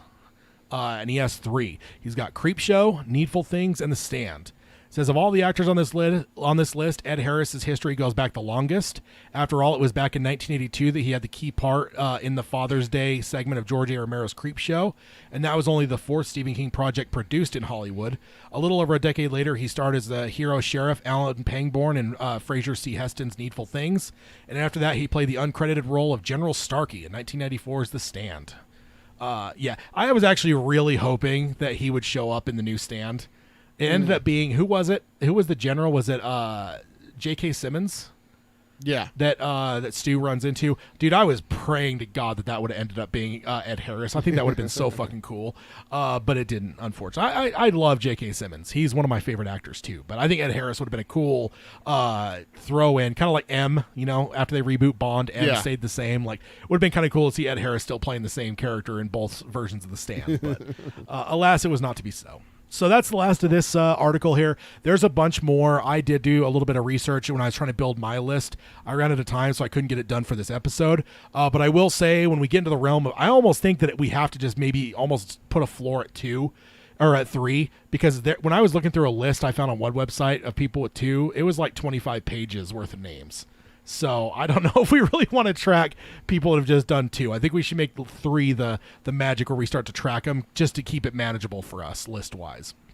But we will keep that track of that as we go forward. I'll make a little chart for that, and we'll have it anytime castings happen. Like, for instance, Charlie is a repeat character in King now, as well as the boy in Mr. Harrington's phone is, was it Bill from It that's playing that? So there's a couple people that have been doing some repeat things recently. But we'll keep track of that as we go forward. But that's fun and interesting to me, those repeat people. And then Mark says, the actor I was thinking of was in The Langoliers, Hearts of Atlantis, and The Green Mile. Can't think of his name, though. And I'm trying to think Green Mile-wise. And that's weird they don't have him on this list, because they've got they're listing people down to 3. So I don't know. There still may be more, though. I'll definitely find that, especially if they've done 3 as I get the list going. And I will try to remember that list, Mark, and see if I can come up with an answer for you when I finalize that list at some point. So next up, the guy that he mentioned in Green Mile is in 3. Oh, he says the person he's thinking of was in The Langoliers, Hearts of Atlantis, and The Green Mile. And he says Tom Hanks best mate. The guy from The Rock. Yeah. I have to look him up. Let me look him up real fast while you move on. I always think of him from The Rock, the 1996 masterpiece with Sean Connery and Nicolas Cage. That guy that is Tom Hanks' best friend in The Green Mile. The movie I always will associate him with is The Rock. He's the second in command to Ed Harris, as a matter of fact, which we just mentioned. So another one of my favorite movies. David Morse. David Morse, okay, is his name. Okay, yeah, he's great. I like him. So the next article here is Salem's Lot movie shooting to take place takes place in Ipswich, Salem's Lot movie shoot takes Ipswich to the 1970s is the title of it, and this is from the Salem News on October 4th, 2021 by Michael Cronin. This is another one of those ones where it's a local report, and I always find that kind of stuff fascinating. But they are transforming this town into Salem's Lot here, and as you can see from the picture on the screen here, it is probably one of the big reasons I wanted to share it here. Barlow and Straker Fine Furnishings. That's a killer location. Like, when I saw that, I got really excited. And it's so it starts off here. It says select downtown businesses will hit the big screen next year in New Line Cinema's adaptation of Stephen King's Salem's Lot. Set designers have time warped the businesses along South Main and Elm Street back to the 1970s. For example, Luxa Jewelry on 27th and Main has been completely cleared out and created an old school coffee shop set. There's a quote here. The crew has been really great, really helpful, professional, courteous, and overall fun to work with. Luxa owner Angela Zaramba via email. They are also shooting inside my old shop located at 4th and Elm. It was transformed into an insurance and real estate office set. So the other cool thing about this is because these guys are just local, they're just seeing it from the perspective of where they're shooting. But for us, we're like I look at it, I'm like trying to decode, like, okay, what might be filmed there? Yeah, what's going to happen in the coffee shop? Yeah, coffee shop, or the insurance. Is that where they're going to have a date at? Insurance and real estate office. Like, I do remember, wasn't there a real estate office? Because there's people talking about Barlow coming, Straker coming in and buying the house, that haunted house and everything. Yeah. Various props on set were sourced from local antique store in Essex, such as David Nelligan's Antiques on 38th and Main. And this is a quote. They took some Italian armed sconces, a couple of painted shields and tapestries, owner David Nelligan said. And it says, and he goes on and says, I think they took a lot of random stuff to make the set look like it was an old world antique shop. So, antique shop, that seems very familiar. Yeah. And then it says Arthur Bevilacqua of Essex TV and Radio on 40th and Main in Essex allowed the film crew to borrow some of his wares for one of the sets. Quote, they emptied out whatever business was there and made it into a TV shop, he explained. They used picture tubes and 2 signs. One says Motorola Quasar on it. There was also some test equipment and soldering irons they took to put on the bench to make it look like someone had just been working there. It is very impressive what they have done. real quick, while I was reading that, it just dawned on me. Last episode, I remember you asking if we had any confirmation on time frame, whether it was going to be flash forward. But no, indeed, it will be in the 70s. I just realized that, this actually does answer that question you asked last episode. All I ever think about whenever I hear about people borrowing people's merchandise and stuff like people's property is you telling me the story or it being on one of the director commentaries or something of one of the Halloween movies where they used someone's Jeep in one of the movies, and there was a windy set day, and it was insured by the film. So if the tree had fallen on the Jeep, they would have got like a huge payday for this old Jeep, beat up Jeep. Yeah, and I would have been 6. I think it was Tommy's Jeep in 6. That was filmed here in Utah. Yeah, which is why we got so many like insights to it and everything like that. Yeah, and it's like fall over, crush it, do it. Yeah, that's all I can ever think about whenever I hear people lending things to movie sets. Yeah. And then this next one, Monday's shoot, and this is the name of the place, Antiques. So Anne, like the name Anne, and then Teaks on 47th and Maine was set inside of a spooky antique store, but it is unclear if anything from Nelligan's collection was used. Antiques owner Ann Orcutt said that there was a lot of blood and 70s attire being used that afternoon. So, yes, I could see how those two things go together.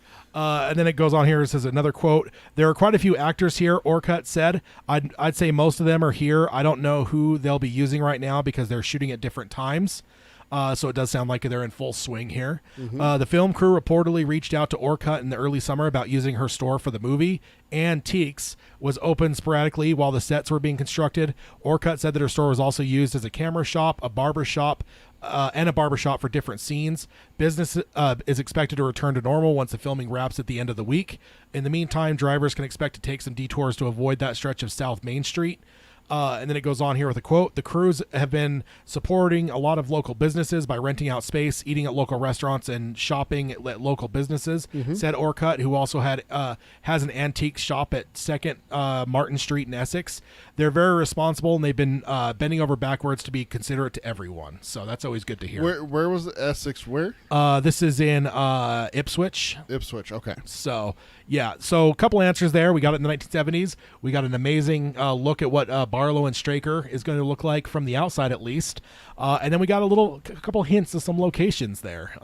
Again, it's always fun because they're just writing it from the perspective of this local place where it's like, oh, it's just that local jewelry store, whatever. But for us, we're like, oh, it's going to turn into a real estate agency, is it? Yeah. I just realized there's a job out there where someone goes and scouts locations for a living. Yeah. And then comes back and is like, well, you have this one, show a picture of a store. Yeah. Or you have this one, show a picture of a different store. And the director's like, I want that one. Great, I'll contact them. Yeah.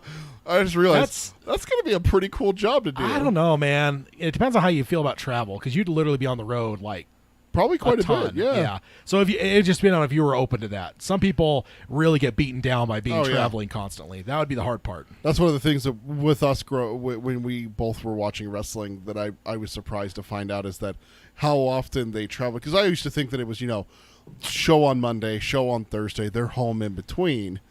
Maybe a day for travel. No, they're doing house shows like all week. Yeah. Like that was the thing that which are non-televised shows. That's something that you're right. A lot of them talk about it. They get burned out. And there's like salespeople and stuff too, right? Mm-hmm. There's just people you talk to where it's like, oh yeah, I'm on the road 250 days out of the year. And it's like, dude, how the fuck do you because when I travel like once, I'm just like, I don't want to travel again for a year. It's something me and my wife saw just the other day with okay, well, I've done it now. I need 10 to 15 months to recharge. To recoup. Yeah, exactly. That's how I feel. Like I did that trip for work and I was just like, okay, I don't want to travel for months. Like I'm good. I hate it. Like airports, TSA, like the airplanes themselves are uncomfortable. It just there's nothing good about traveling other than getting to where you want to be. Like that's it. Like and you got 2 more trips coming up here. I do. You're going to I got 2 the remainder of the year. So I'm sure after that I'm going to be like, okay, cool, no more traveling till fall of 2022. You're like I'm done for like a whole year. Yeah, I'm done, man.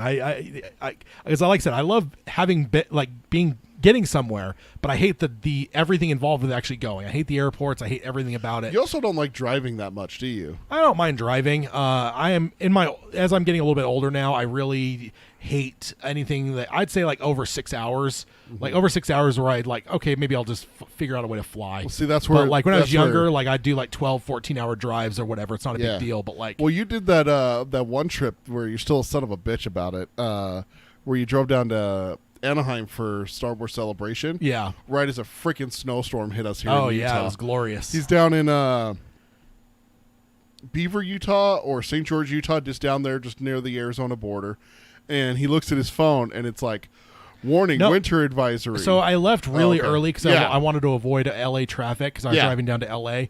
And so when I woke up and I basically hit the road at like 3 a.m, and snow was just starting to flake. Like Just a little bit. Like the ground wasn't even wet yet, but like you could like when you know that beginning of that storm when you start to see snow come down a little bit. So I knew like I was getting out at just the right time. If I'd waited Yeah. another hour, if I would have left at 4 a.m. instead of 3 a.m., I would have probably got hit in some snow. Mm-hmm. But I ended up just coasting down the whole length of the state before any snow and started then he gets coming, to he gets to Anaheim and takes a picture of his at the swimming pool. at the swimming pool, takes a picture of his weather app yeah. where it shows it's 86 degrees, 40% humidity, clear, Yeah. bright and sunny skies. And you We're guys- back here. We're back here with 4 feet of snow. Well, there were so not, many. Not 4 feet. No, it was. I'm exaggerating. It was a big storm. It was though, a big like storm. 6 or 8 inches. It went for like 2 days. Yeah. But yeah, there was lots of comments on there. You son of a bitch! I hate you. I'm so jealous. Just a reminder: if we're gonna go see that Shining in Denver, it is a 7-hour and 45-minute I drive. know. Like when it said Denver, I'm like motherfucker. Yeah.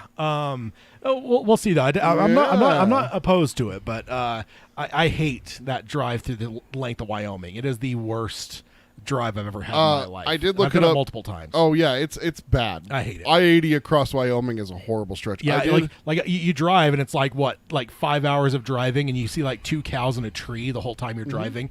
Like it's just there's nothing to see. It's just nothing. It's there's horrible. snow breaks and there's some windmills now, and that's it.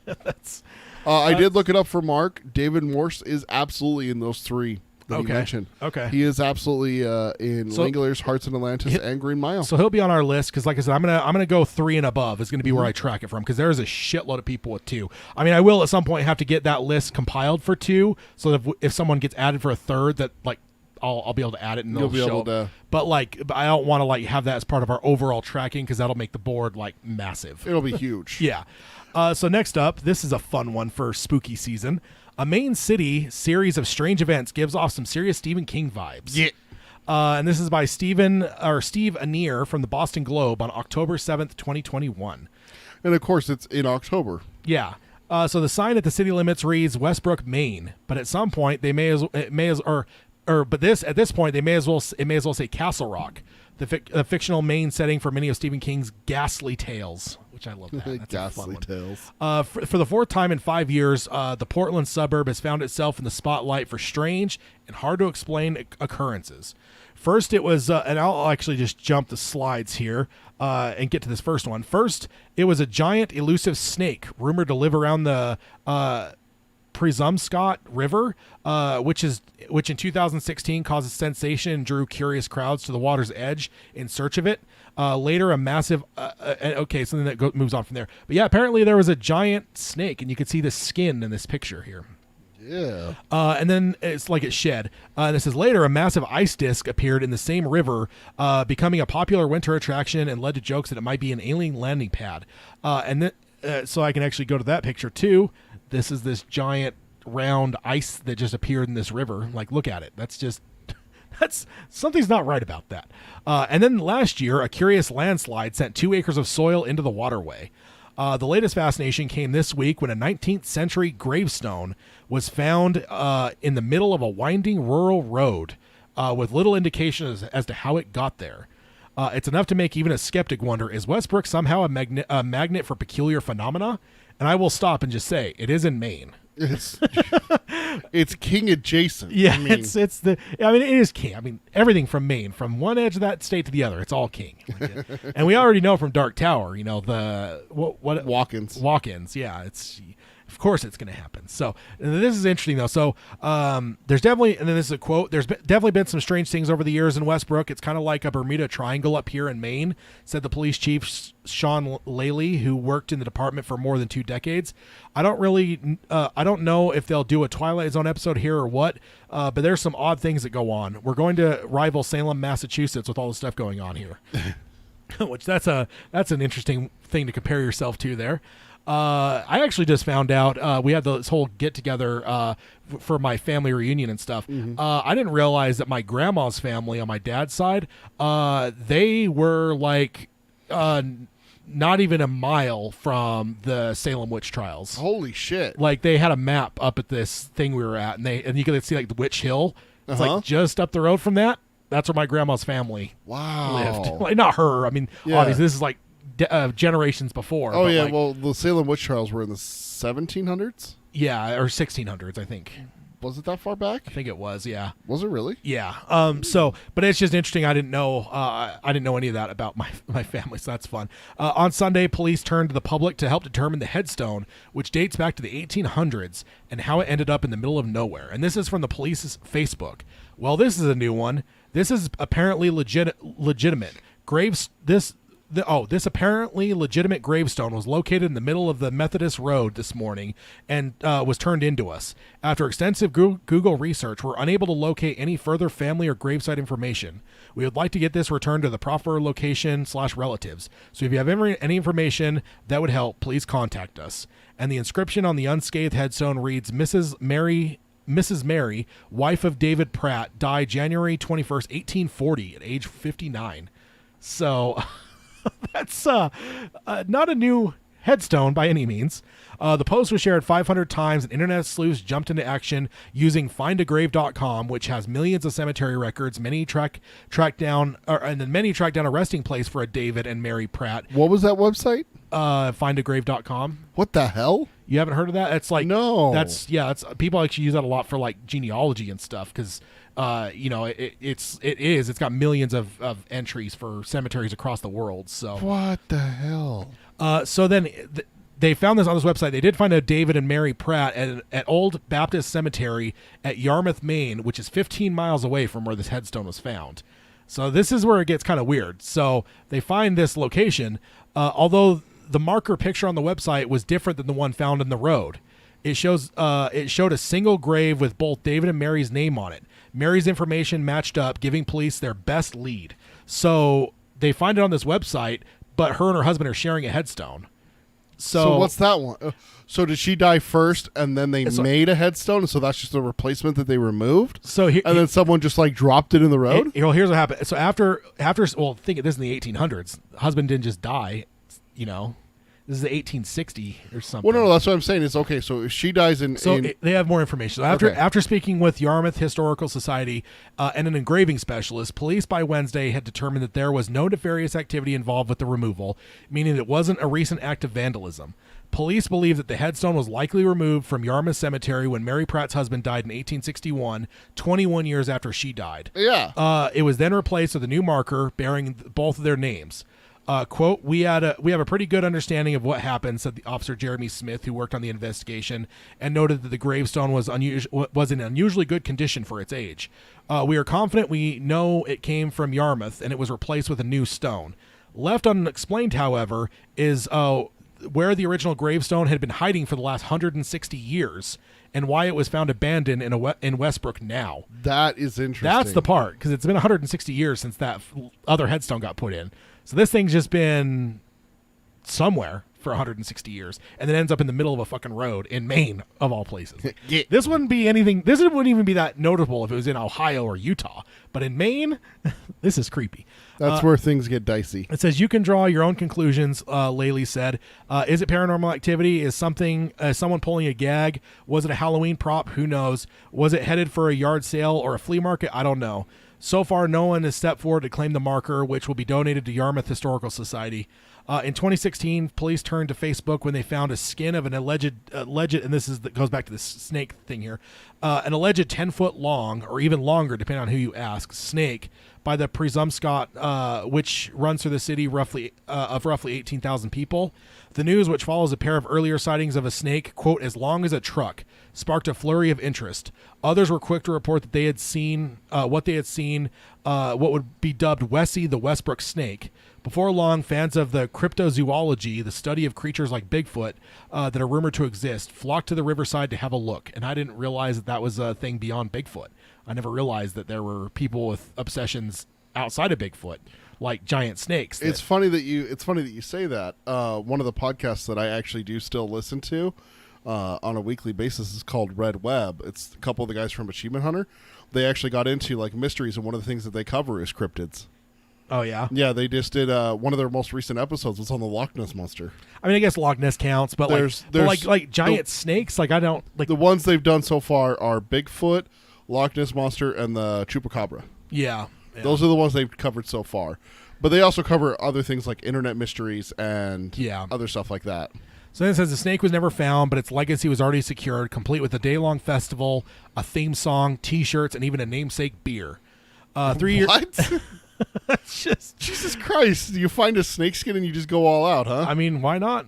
That's a small town. They don't have much else going on. That's true. 3 years later, in the dead of winter, an ice disk arrived, an enormous frozen crop circle that nearly spanned the rushing river. Of course, its naturally occurring presence was easily explainable by science, but it didn't stop people online from casting the 300-foot spiral, which got its own video live stream as a sign that the world was coming to an end. Then there was a landslide last September, which temporarily blocked off a section of the river, damaging property, toppling trees and shrubs. A state of emergency was declared, and a flash flood warning was issued. According to the Portland Press-Herald, experts called it an interesting, quote-unquote, spot for a landslide at an unusual time of the year. So that's adds more to it. Says it's great we have all these different things that put us on the map. Foley said of the more lighthearted occurrences such as Wessie and the ice disk. We call ourselves a small city with a big future. And then the last line here, and maybe the inspiration for King's next thriller. Yeah, no kidding. So yeah, that's a lot of creepy. So we got a things. giant snake, alien landing pad, and a random 160-year-old headstone in the middle of a road, and random ass landslides. Yeah. Okay, King, get all those, put them together, get to and work. see what you can come up with. Yeah, get to work. Okay, so then next up, jumping gears here. This one is interesting. Stephen King and Richard Chizmar's new book, Gwendy's Final Task, connects to the Dark Tower? ? And this is by John Squires from Bloody Disgusting on October 20th, 2021. And as you can see from the cover art there, It's got a Dark Tower on it. it says the final book of Gwendy's Button Box trilogy. The cover art for Stephen King and Richard Chizmar's Gwendy's Final Task has been revealed, and it sure has been getting King fans talking. Which, yeah, I mean, if I had seen this before this article, I certainly would have been like, hey, wait a minute. I mean, that's the Field of Roses and the Dark Tower. Yeah, I was about to say, yeah, you got the roses too. And it says, yes, indeed, that is the Dark Tower pictured on the cover. And you could see the full image down below, which I'll click over and show the full cover here. And it says, down below, and it sounds like the upcoming book will be hopping all around the Stephen King universe. Here's an official synopsis. When Gwendy Peterson was 12, a mysterious stranger named Richard Farson, which RF, gave her a mysterious box for safekeeping. It offered treats and vintage coins, but it was dangerous. Pushing any of its 7 colored buttons promised death and destruction. Years later, the button box entered Gwendy's life again. A successful novelist and a rising political star, she was once again forced to deal with the temptation that the box represented.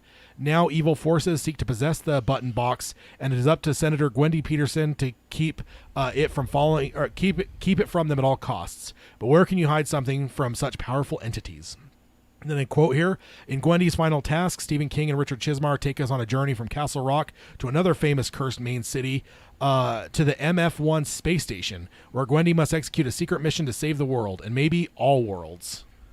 And this releases on February 15th, 2022. So, yeah, that is very interesting. I have not read any of the Gwendy books. With this, though, I might have to read those before February 15th so that I can read this one, because that sounds intriguing, not to mention the fact that they're showing me the Dark Tower on a cover. And so the King, I'm looking this up, Gwendy's Button Box, King was a part of that as well. Yeah, so Not just the third one. Not the second one, though.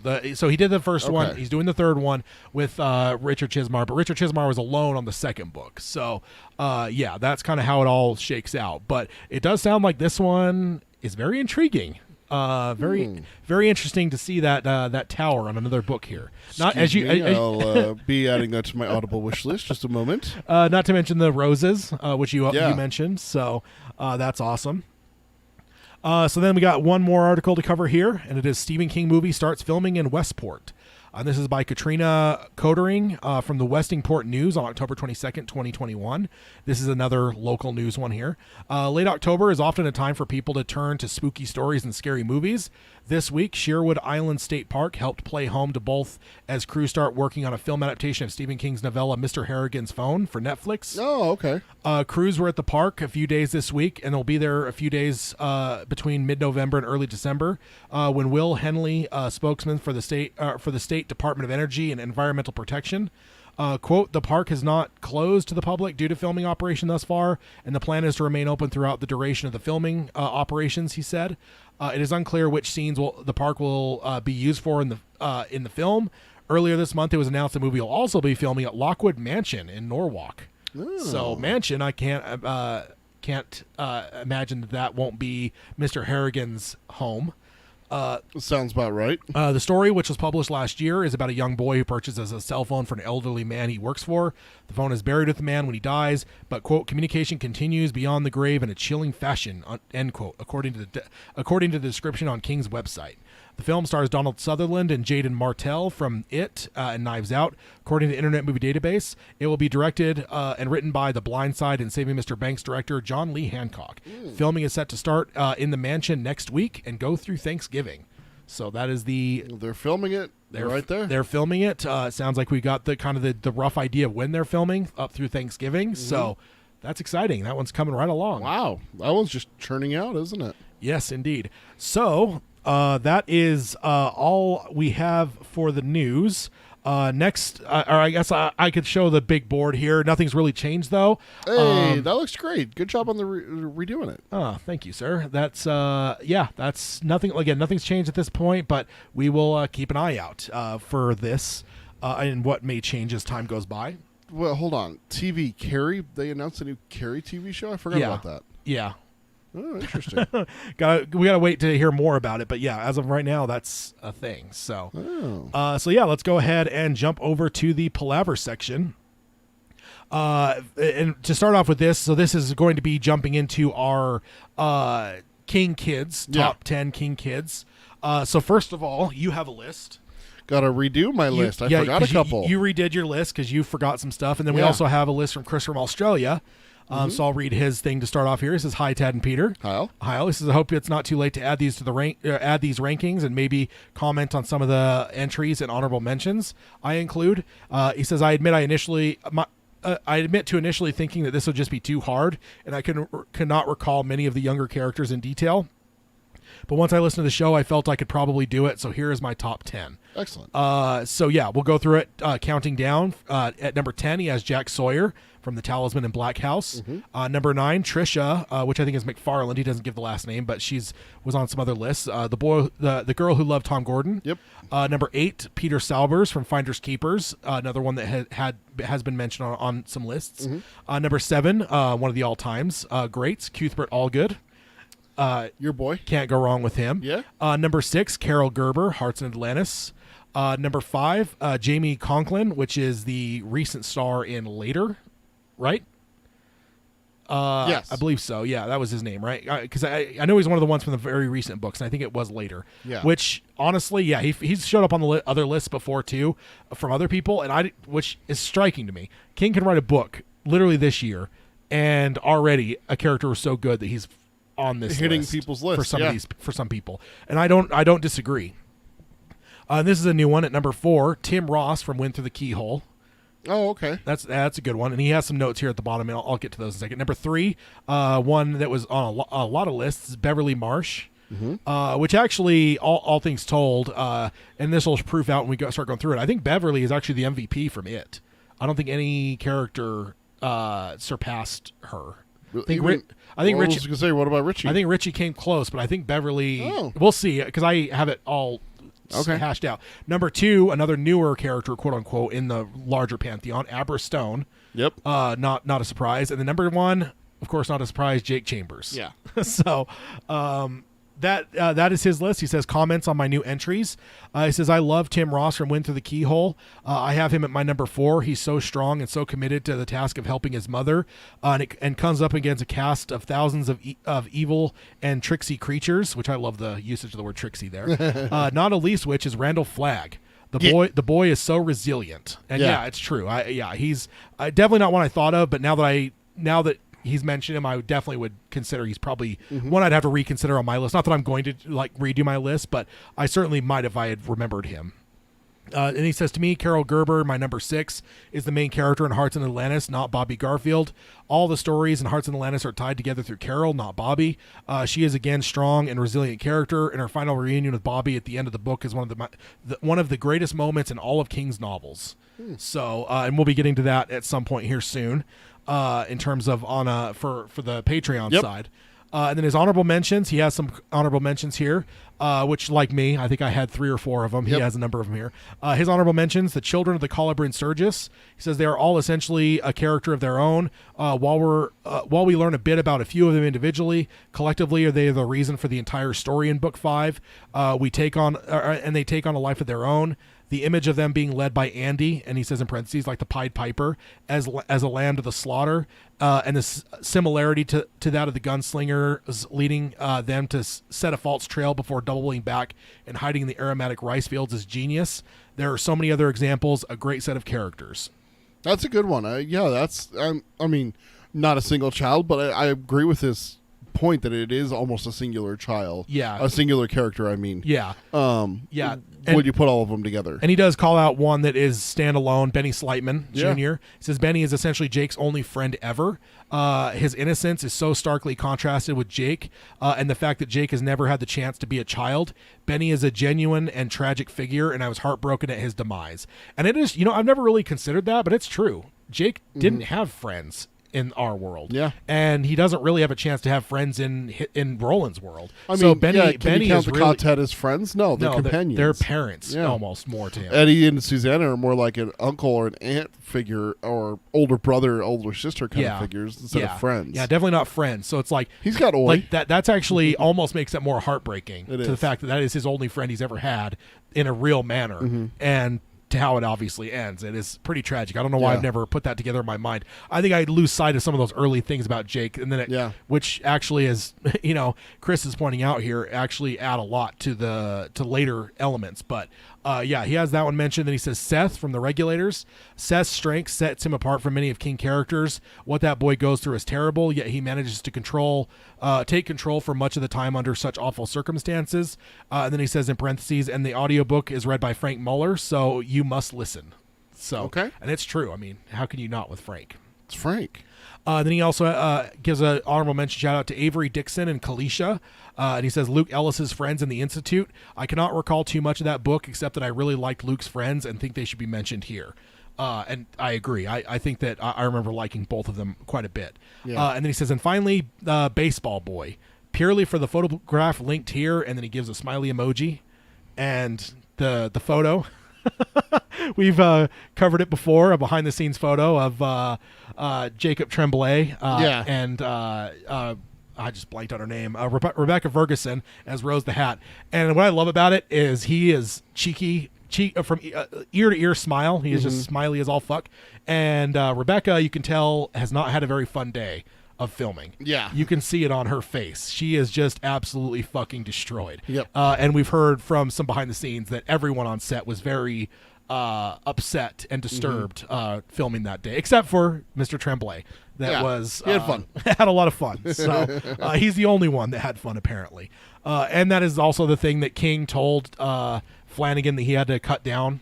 Yeah, he's like you got to dial that back. He's like, I can't bring my wife to this movie with that. So, Yeah. And the thing is when I watch it in theaters, and then later learning that what I watched in theaters was cut down, because I was like severely uncomfortable in that scene, and I'm like, wait, this was worse at some point. At some point, they had more.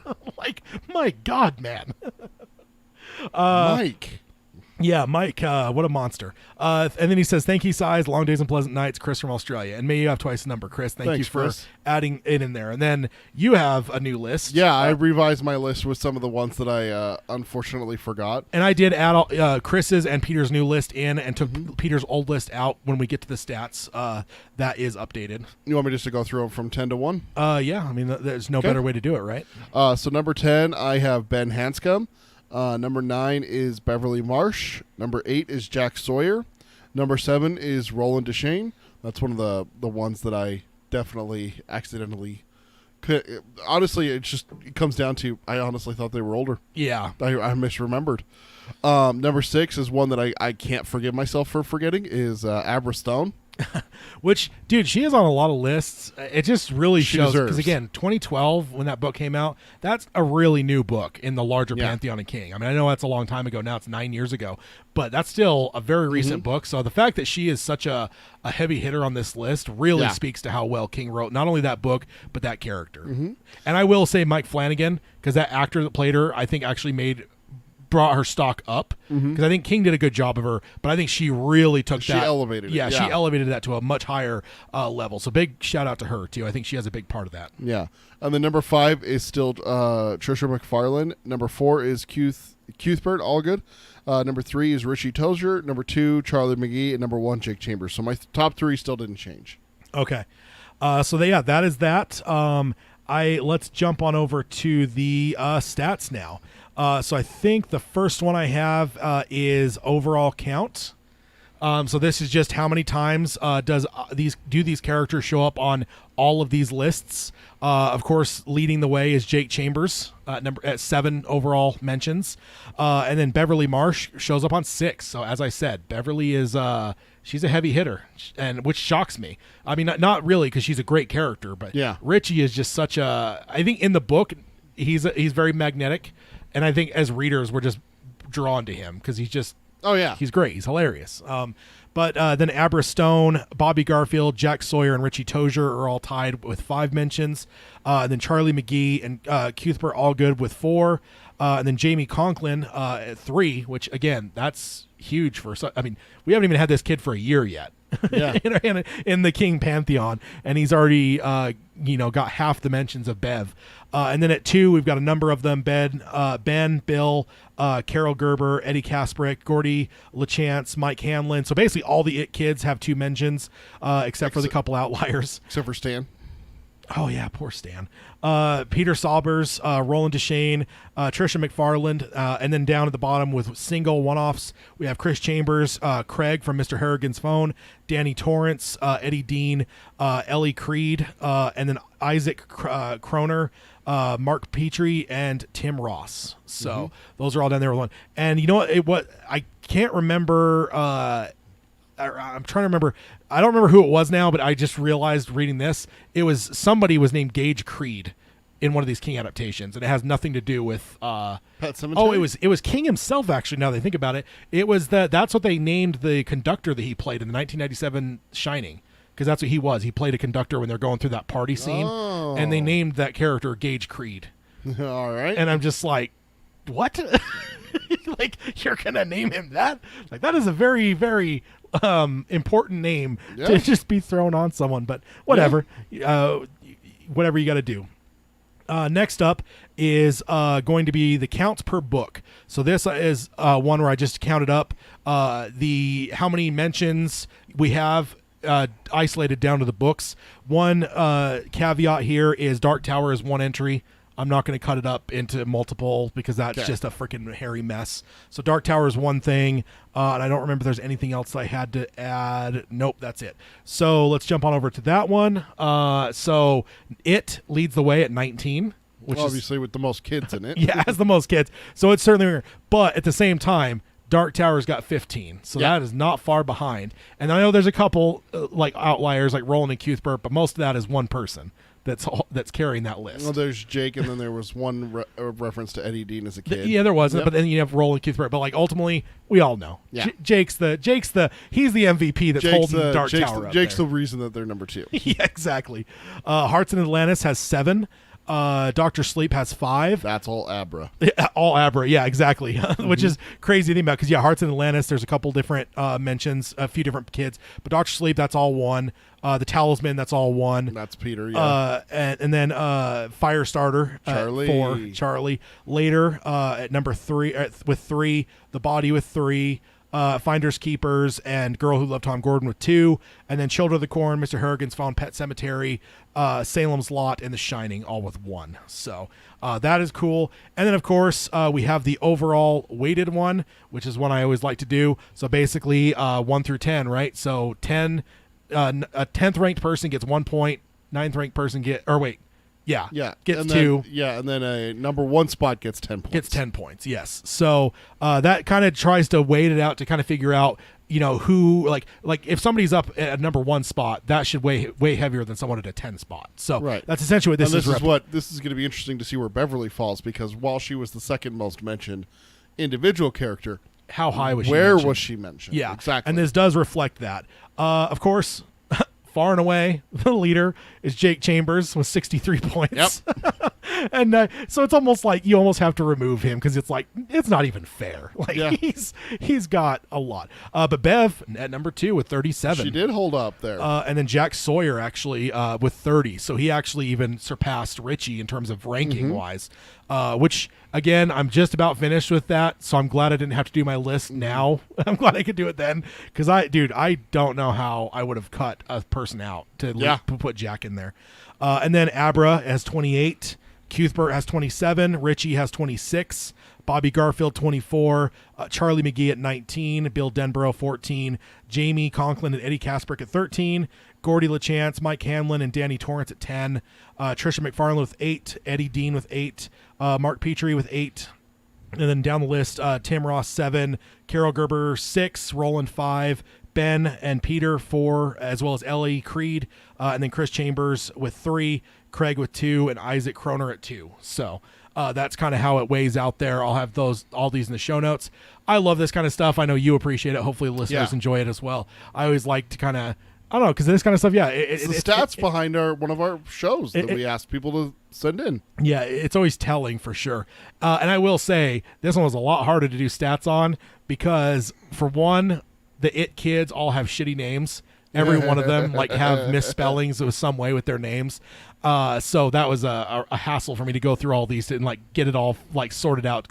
Whereas titles, it's everyone's going to type the title of a King book the exact same way. Yeah. These kids though, it's Hanscom. Well, people spell it multiple ways. I sent you one with a typo. I missed the H in Roland's name in Roland Deshane. Yeah. So I realized that when I got here. There was a number of them like that. So this one was actually a tougher one to calculate up the stats wise, but I do find it interesting, and I will say that they're it's cool to look at. But yeah, Jake Chambers is far and away the man. He is the leader. He is. I mean, it is a Dark Tower podcast, so it shouldn't be a surprise. But maybe the only thing that surprises me is how far of a lead, and I think it just comes down to the fact that he has 10 points. He got number 1 for a lot of people. Yeah. So which, justifiably, he has more pages than any of these other kids over the course of 7-8 books.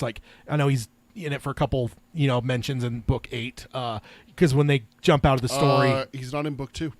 Yeah, no, I know, but he's referenced, but he's not in it. Yeah, he's not in it, but he probably has a couple small mentions in book 8. Yeah, book 2 he's not in. And then the rest of it though, he's got a lot of coverage. He's in book 8 a little bit. Yeah, a bit, because we have the whole quartet part where they find shelter. Yeah, exactly. But it's not the main part. You don't think about that book and think the actual quartet. When you're going to that book, it's completely detached for the most part. It's a story. So it's kind of like book 4, right? Yeah, Jake and Eddie and Susanna show up in book 4, but it's about Roland, Cuthbert, and Alan. Yeah, it's like you don't see much of them. It's mostly it's mostly the Cuthbert story. It's the Cuthbert story. It's the Roland Susan story. Char You Tree. Too soon. See, you're the one that brought it up. So see, you're I did it before you could do it. don't even pretend like you weren't going to bring it up when I said her name. That's true. So what I can bring up is Rhea. Just think about her and her hypnotizing and her. Oh, don't. her menacing nature.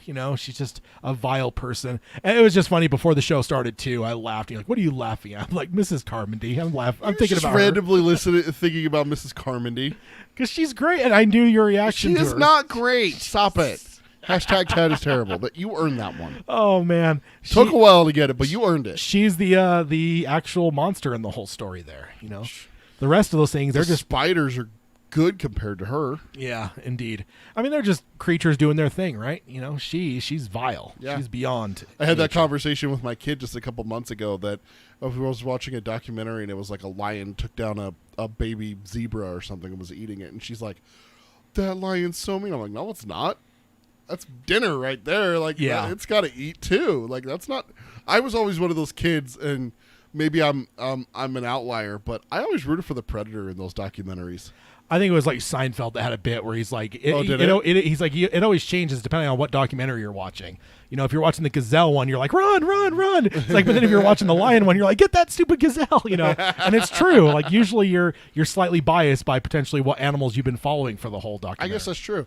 I didn't think about that. Me, I'm just always, I always find myself that I'm always rooting for the predator. I always like I want to see them eat, especially since a lot of the documentaries as kids, you don't see how many times those animals fail. Yeah. Like, you always see the successful hunts when you're watching as a kid where, the snake gets the mouse. It always succeeds.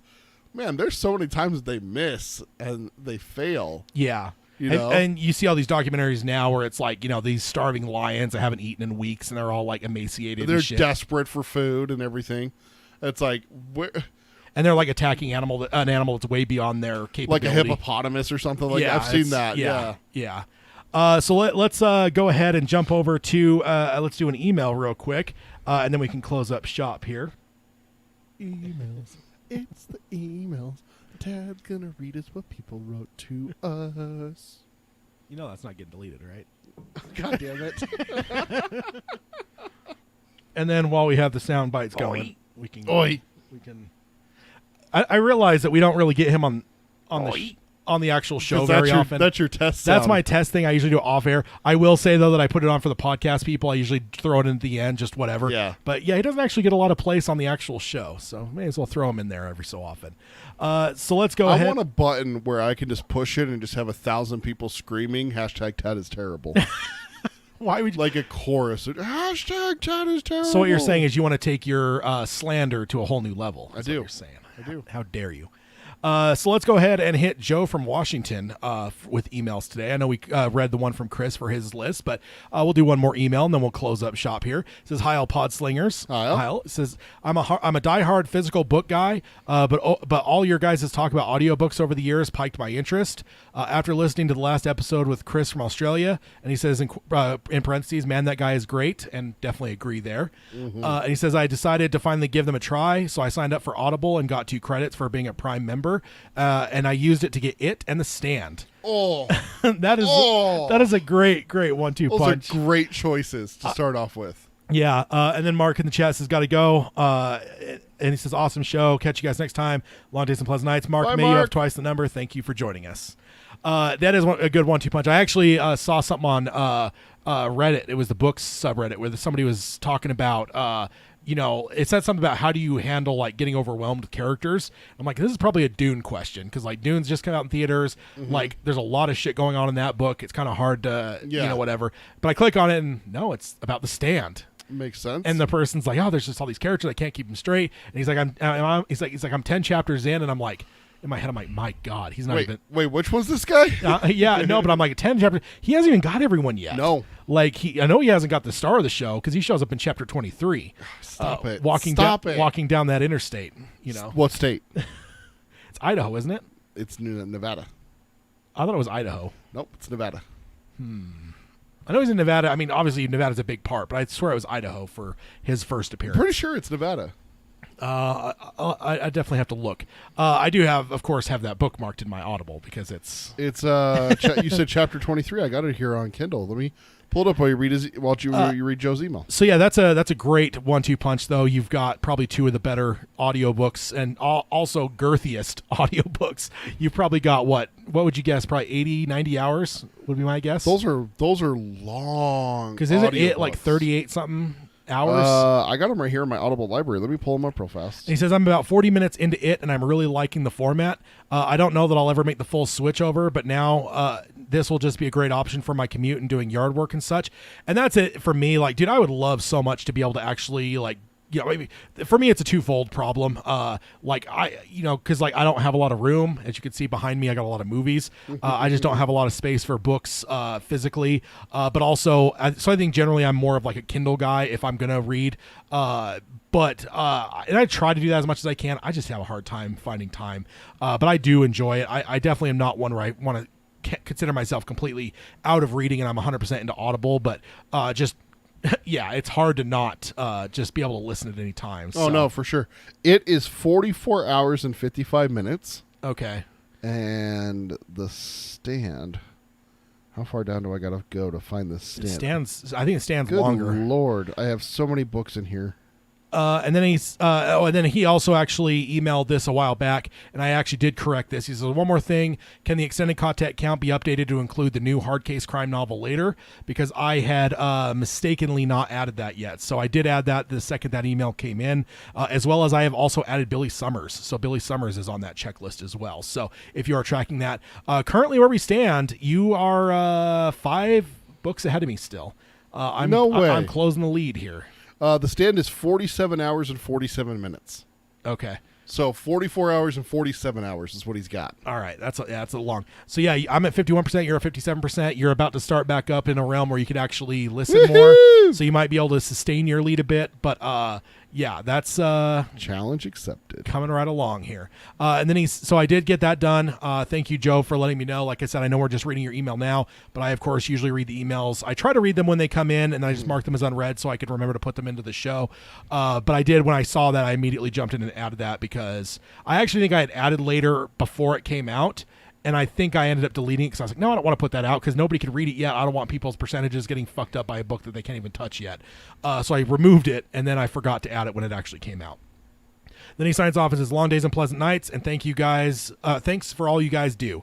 And appreciate the kind words, Joe. It's always great to hear from people. And I love that we were able to turn you on to audiobooks. And yeah definitely not. And I would never advocate for someone to be 100% switching to audiobooks unless like they had to, because I do think it's good to also read. That's what happened with us. Because like for me, like I had mentioned Dune earlier when I saw that Reddit post, because like me, I actually tried to do Dune audiobook and I actually returned it because like I only listened to a bit and I was like, I'm not going to be able to do this. Because like for me, when there's a lot of fucking names and I try to have to keep track, it's weird, but it's almost like it's not even that I'm actually reading the name, but like the shape of the name on the page, I can kind of associate that with someone, and it's almost like a face. If that makes any sense, I know it sounds really weird, but it's almost like I'm not actually reading it, but I could see the shape of the letters and know, okay, well that's that character or whatever. So I actually bought Dune on Kindle to then read that way because I don't think audiobook would have worked for me. I think I really would have been lost.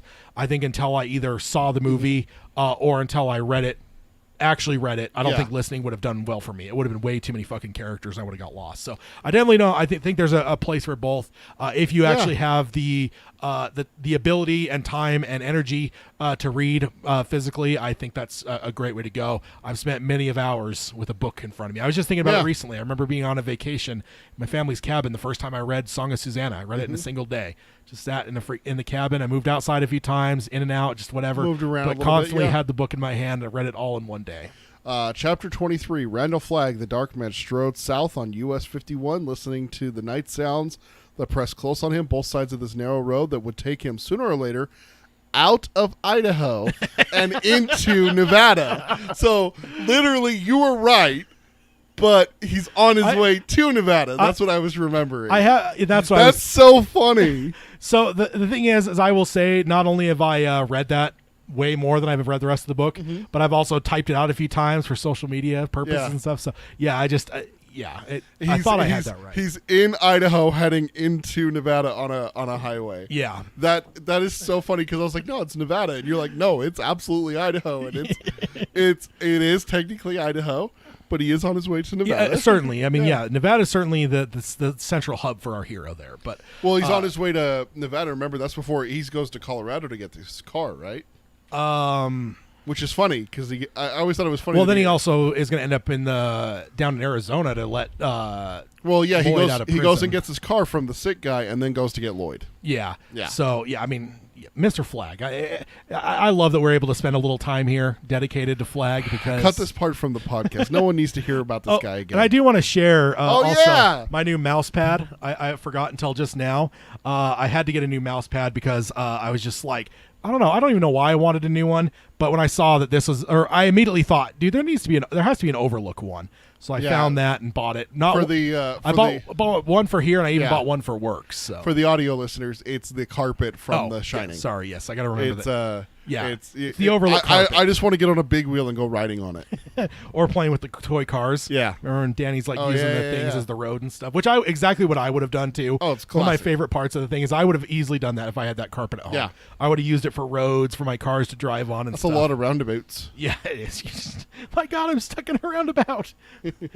So yeah, that'll be it for this episode. So as I said early in the episode, we're going to go be back in a fortnight from now with a book club, and then for the rest of the year, it's just going to be every other.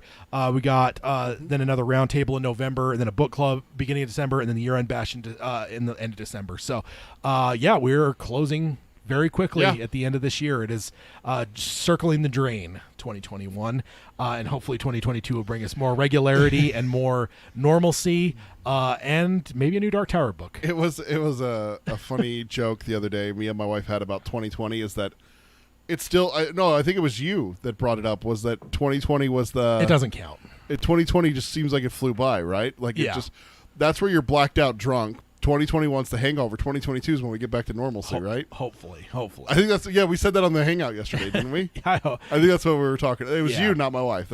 It's so hard to keep track of who I talk to these days. Oh man, and then I was looking through it here. Yep, The Shining, Gage Creed, Stephen King. So that's an interesting name for him. So yeah, we will close up shop for this episode. First off, if you want to subscribe, rate and review the podcast, you can do that on any podcasting service. But if you want to find us, you can find us for streaming on places like Spotify or Stitcher. You can find the show notes at darktowerpalaver.com. All the stuff mentioned in this episode will be linked there. If you want to become a patron, do that at patreon.com/darktowerpalaver. And then if you want to contact us, Peter can let you know how to do that, kind of like Joe did in this episode. I will mention we are getting very close to the end of backlogged emails, so we might even get to a spot where we might be able to clean it up, and depending on how many fresh ones come in, we might be going into 2022 with a fresh slate. There we go. My computer just died, so let me get that pulled up on my phone here. I forgot to plug it in. That's what happened. I forgot to plug in my laptop. If you want to email us, it's darktowerpalaver@gmail.com. And then we stream our shows here. It's youtube.com/darktowerpalaver. And then our social media is facebook.com/darktowerpalaver. Twitter is @darktowerpod. That's @darktowerpod. Instagram is darktowerpalaver, all one word, no spaces. And then our merchandise is available again on tpublic.com/user/darktowerpalaver. Yes, indeed. So we will sign off, as we always do, by saying long days and pleasant nights. Long days and pleasant nights, folks. All right, everyone in the chat, thank you guys for joining us and for being part of the show. Agamorphe, Mark, Zach, looks like Steven? Steve. A couple of different people. I think I didn't even see everyone there. Some noob named DTP or DT Palaver Peter. I don't know who that would be, but Hey, probably that's me. You Oh, jerk. and then Jim just showed up. Long days and pleasant nights. You as well, Jim. And as we always do, talking about Flag, Mrs. Carmody. It's been a wonderful episode here. Stop it. Although there was no terrible jabs at Oi, though. That's. I know, surprising, even though you used the sound clip and everything like that. One of these days, you're going to replace it with Oland, just to mess with me. I can't say that I haven't actually already have that. Of course you do. Of course. Sound. Of course you do. I haven't actually put it into the. I'm not mad. I'm just disappointed. I haven't put it in the show stuff, but I have certainly actually isolated that, and I who am have it kidding? saved. I'm mad. Let's just admit it. I'm mad. Oh man, one of these days, just like the knife of Pericles, it dangles over you. It's one of these there. days, it'll show up, and you'll just hear it I randomly. hate you. All right, guys, thank you for joining us. We will be back in a fortnight. Keep an eye on your social media and your YouTube notifications when we go live here in a fortnight. Yeah, just make sure to like the video, subscribe, ring the bell so you get those notifications for when we go live. Because like we said at the start of this YouTube video, we're doing more intros and outros. This is not part of the podcast that you hear like on podcasting service. This is just all for YouTube. And then we are getting ready to launch some original content for just YouTube in 2022. Yeah, indeed. So we will see you guys in a couple weeks. Bye, everyone.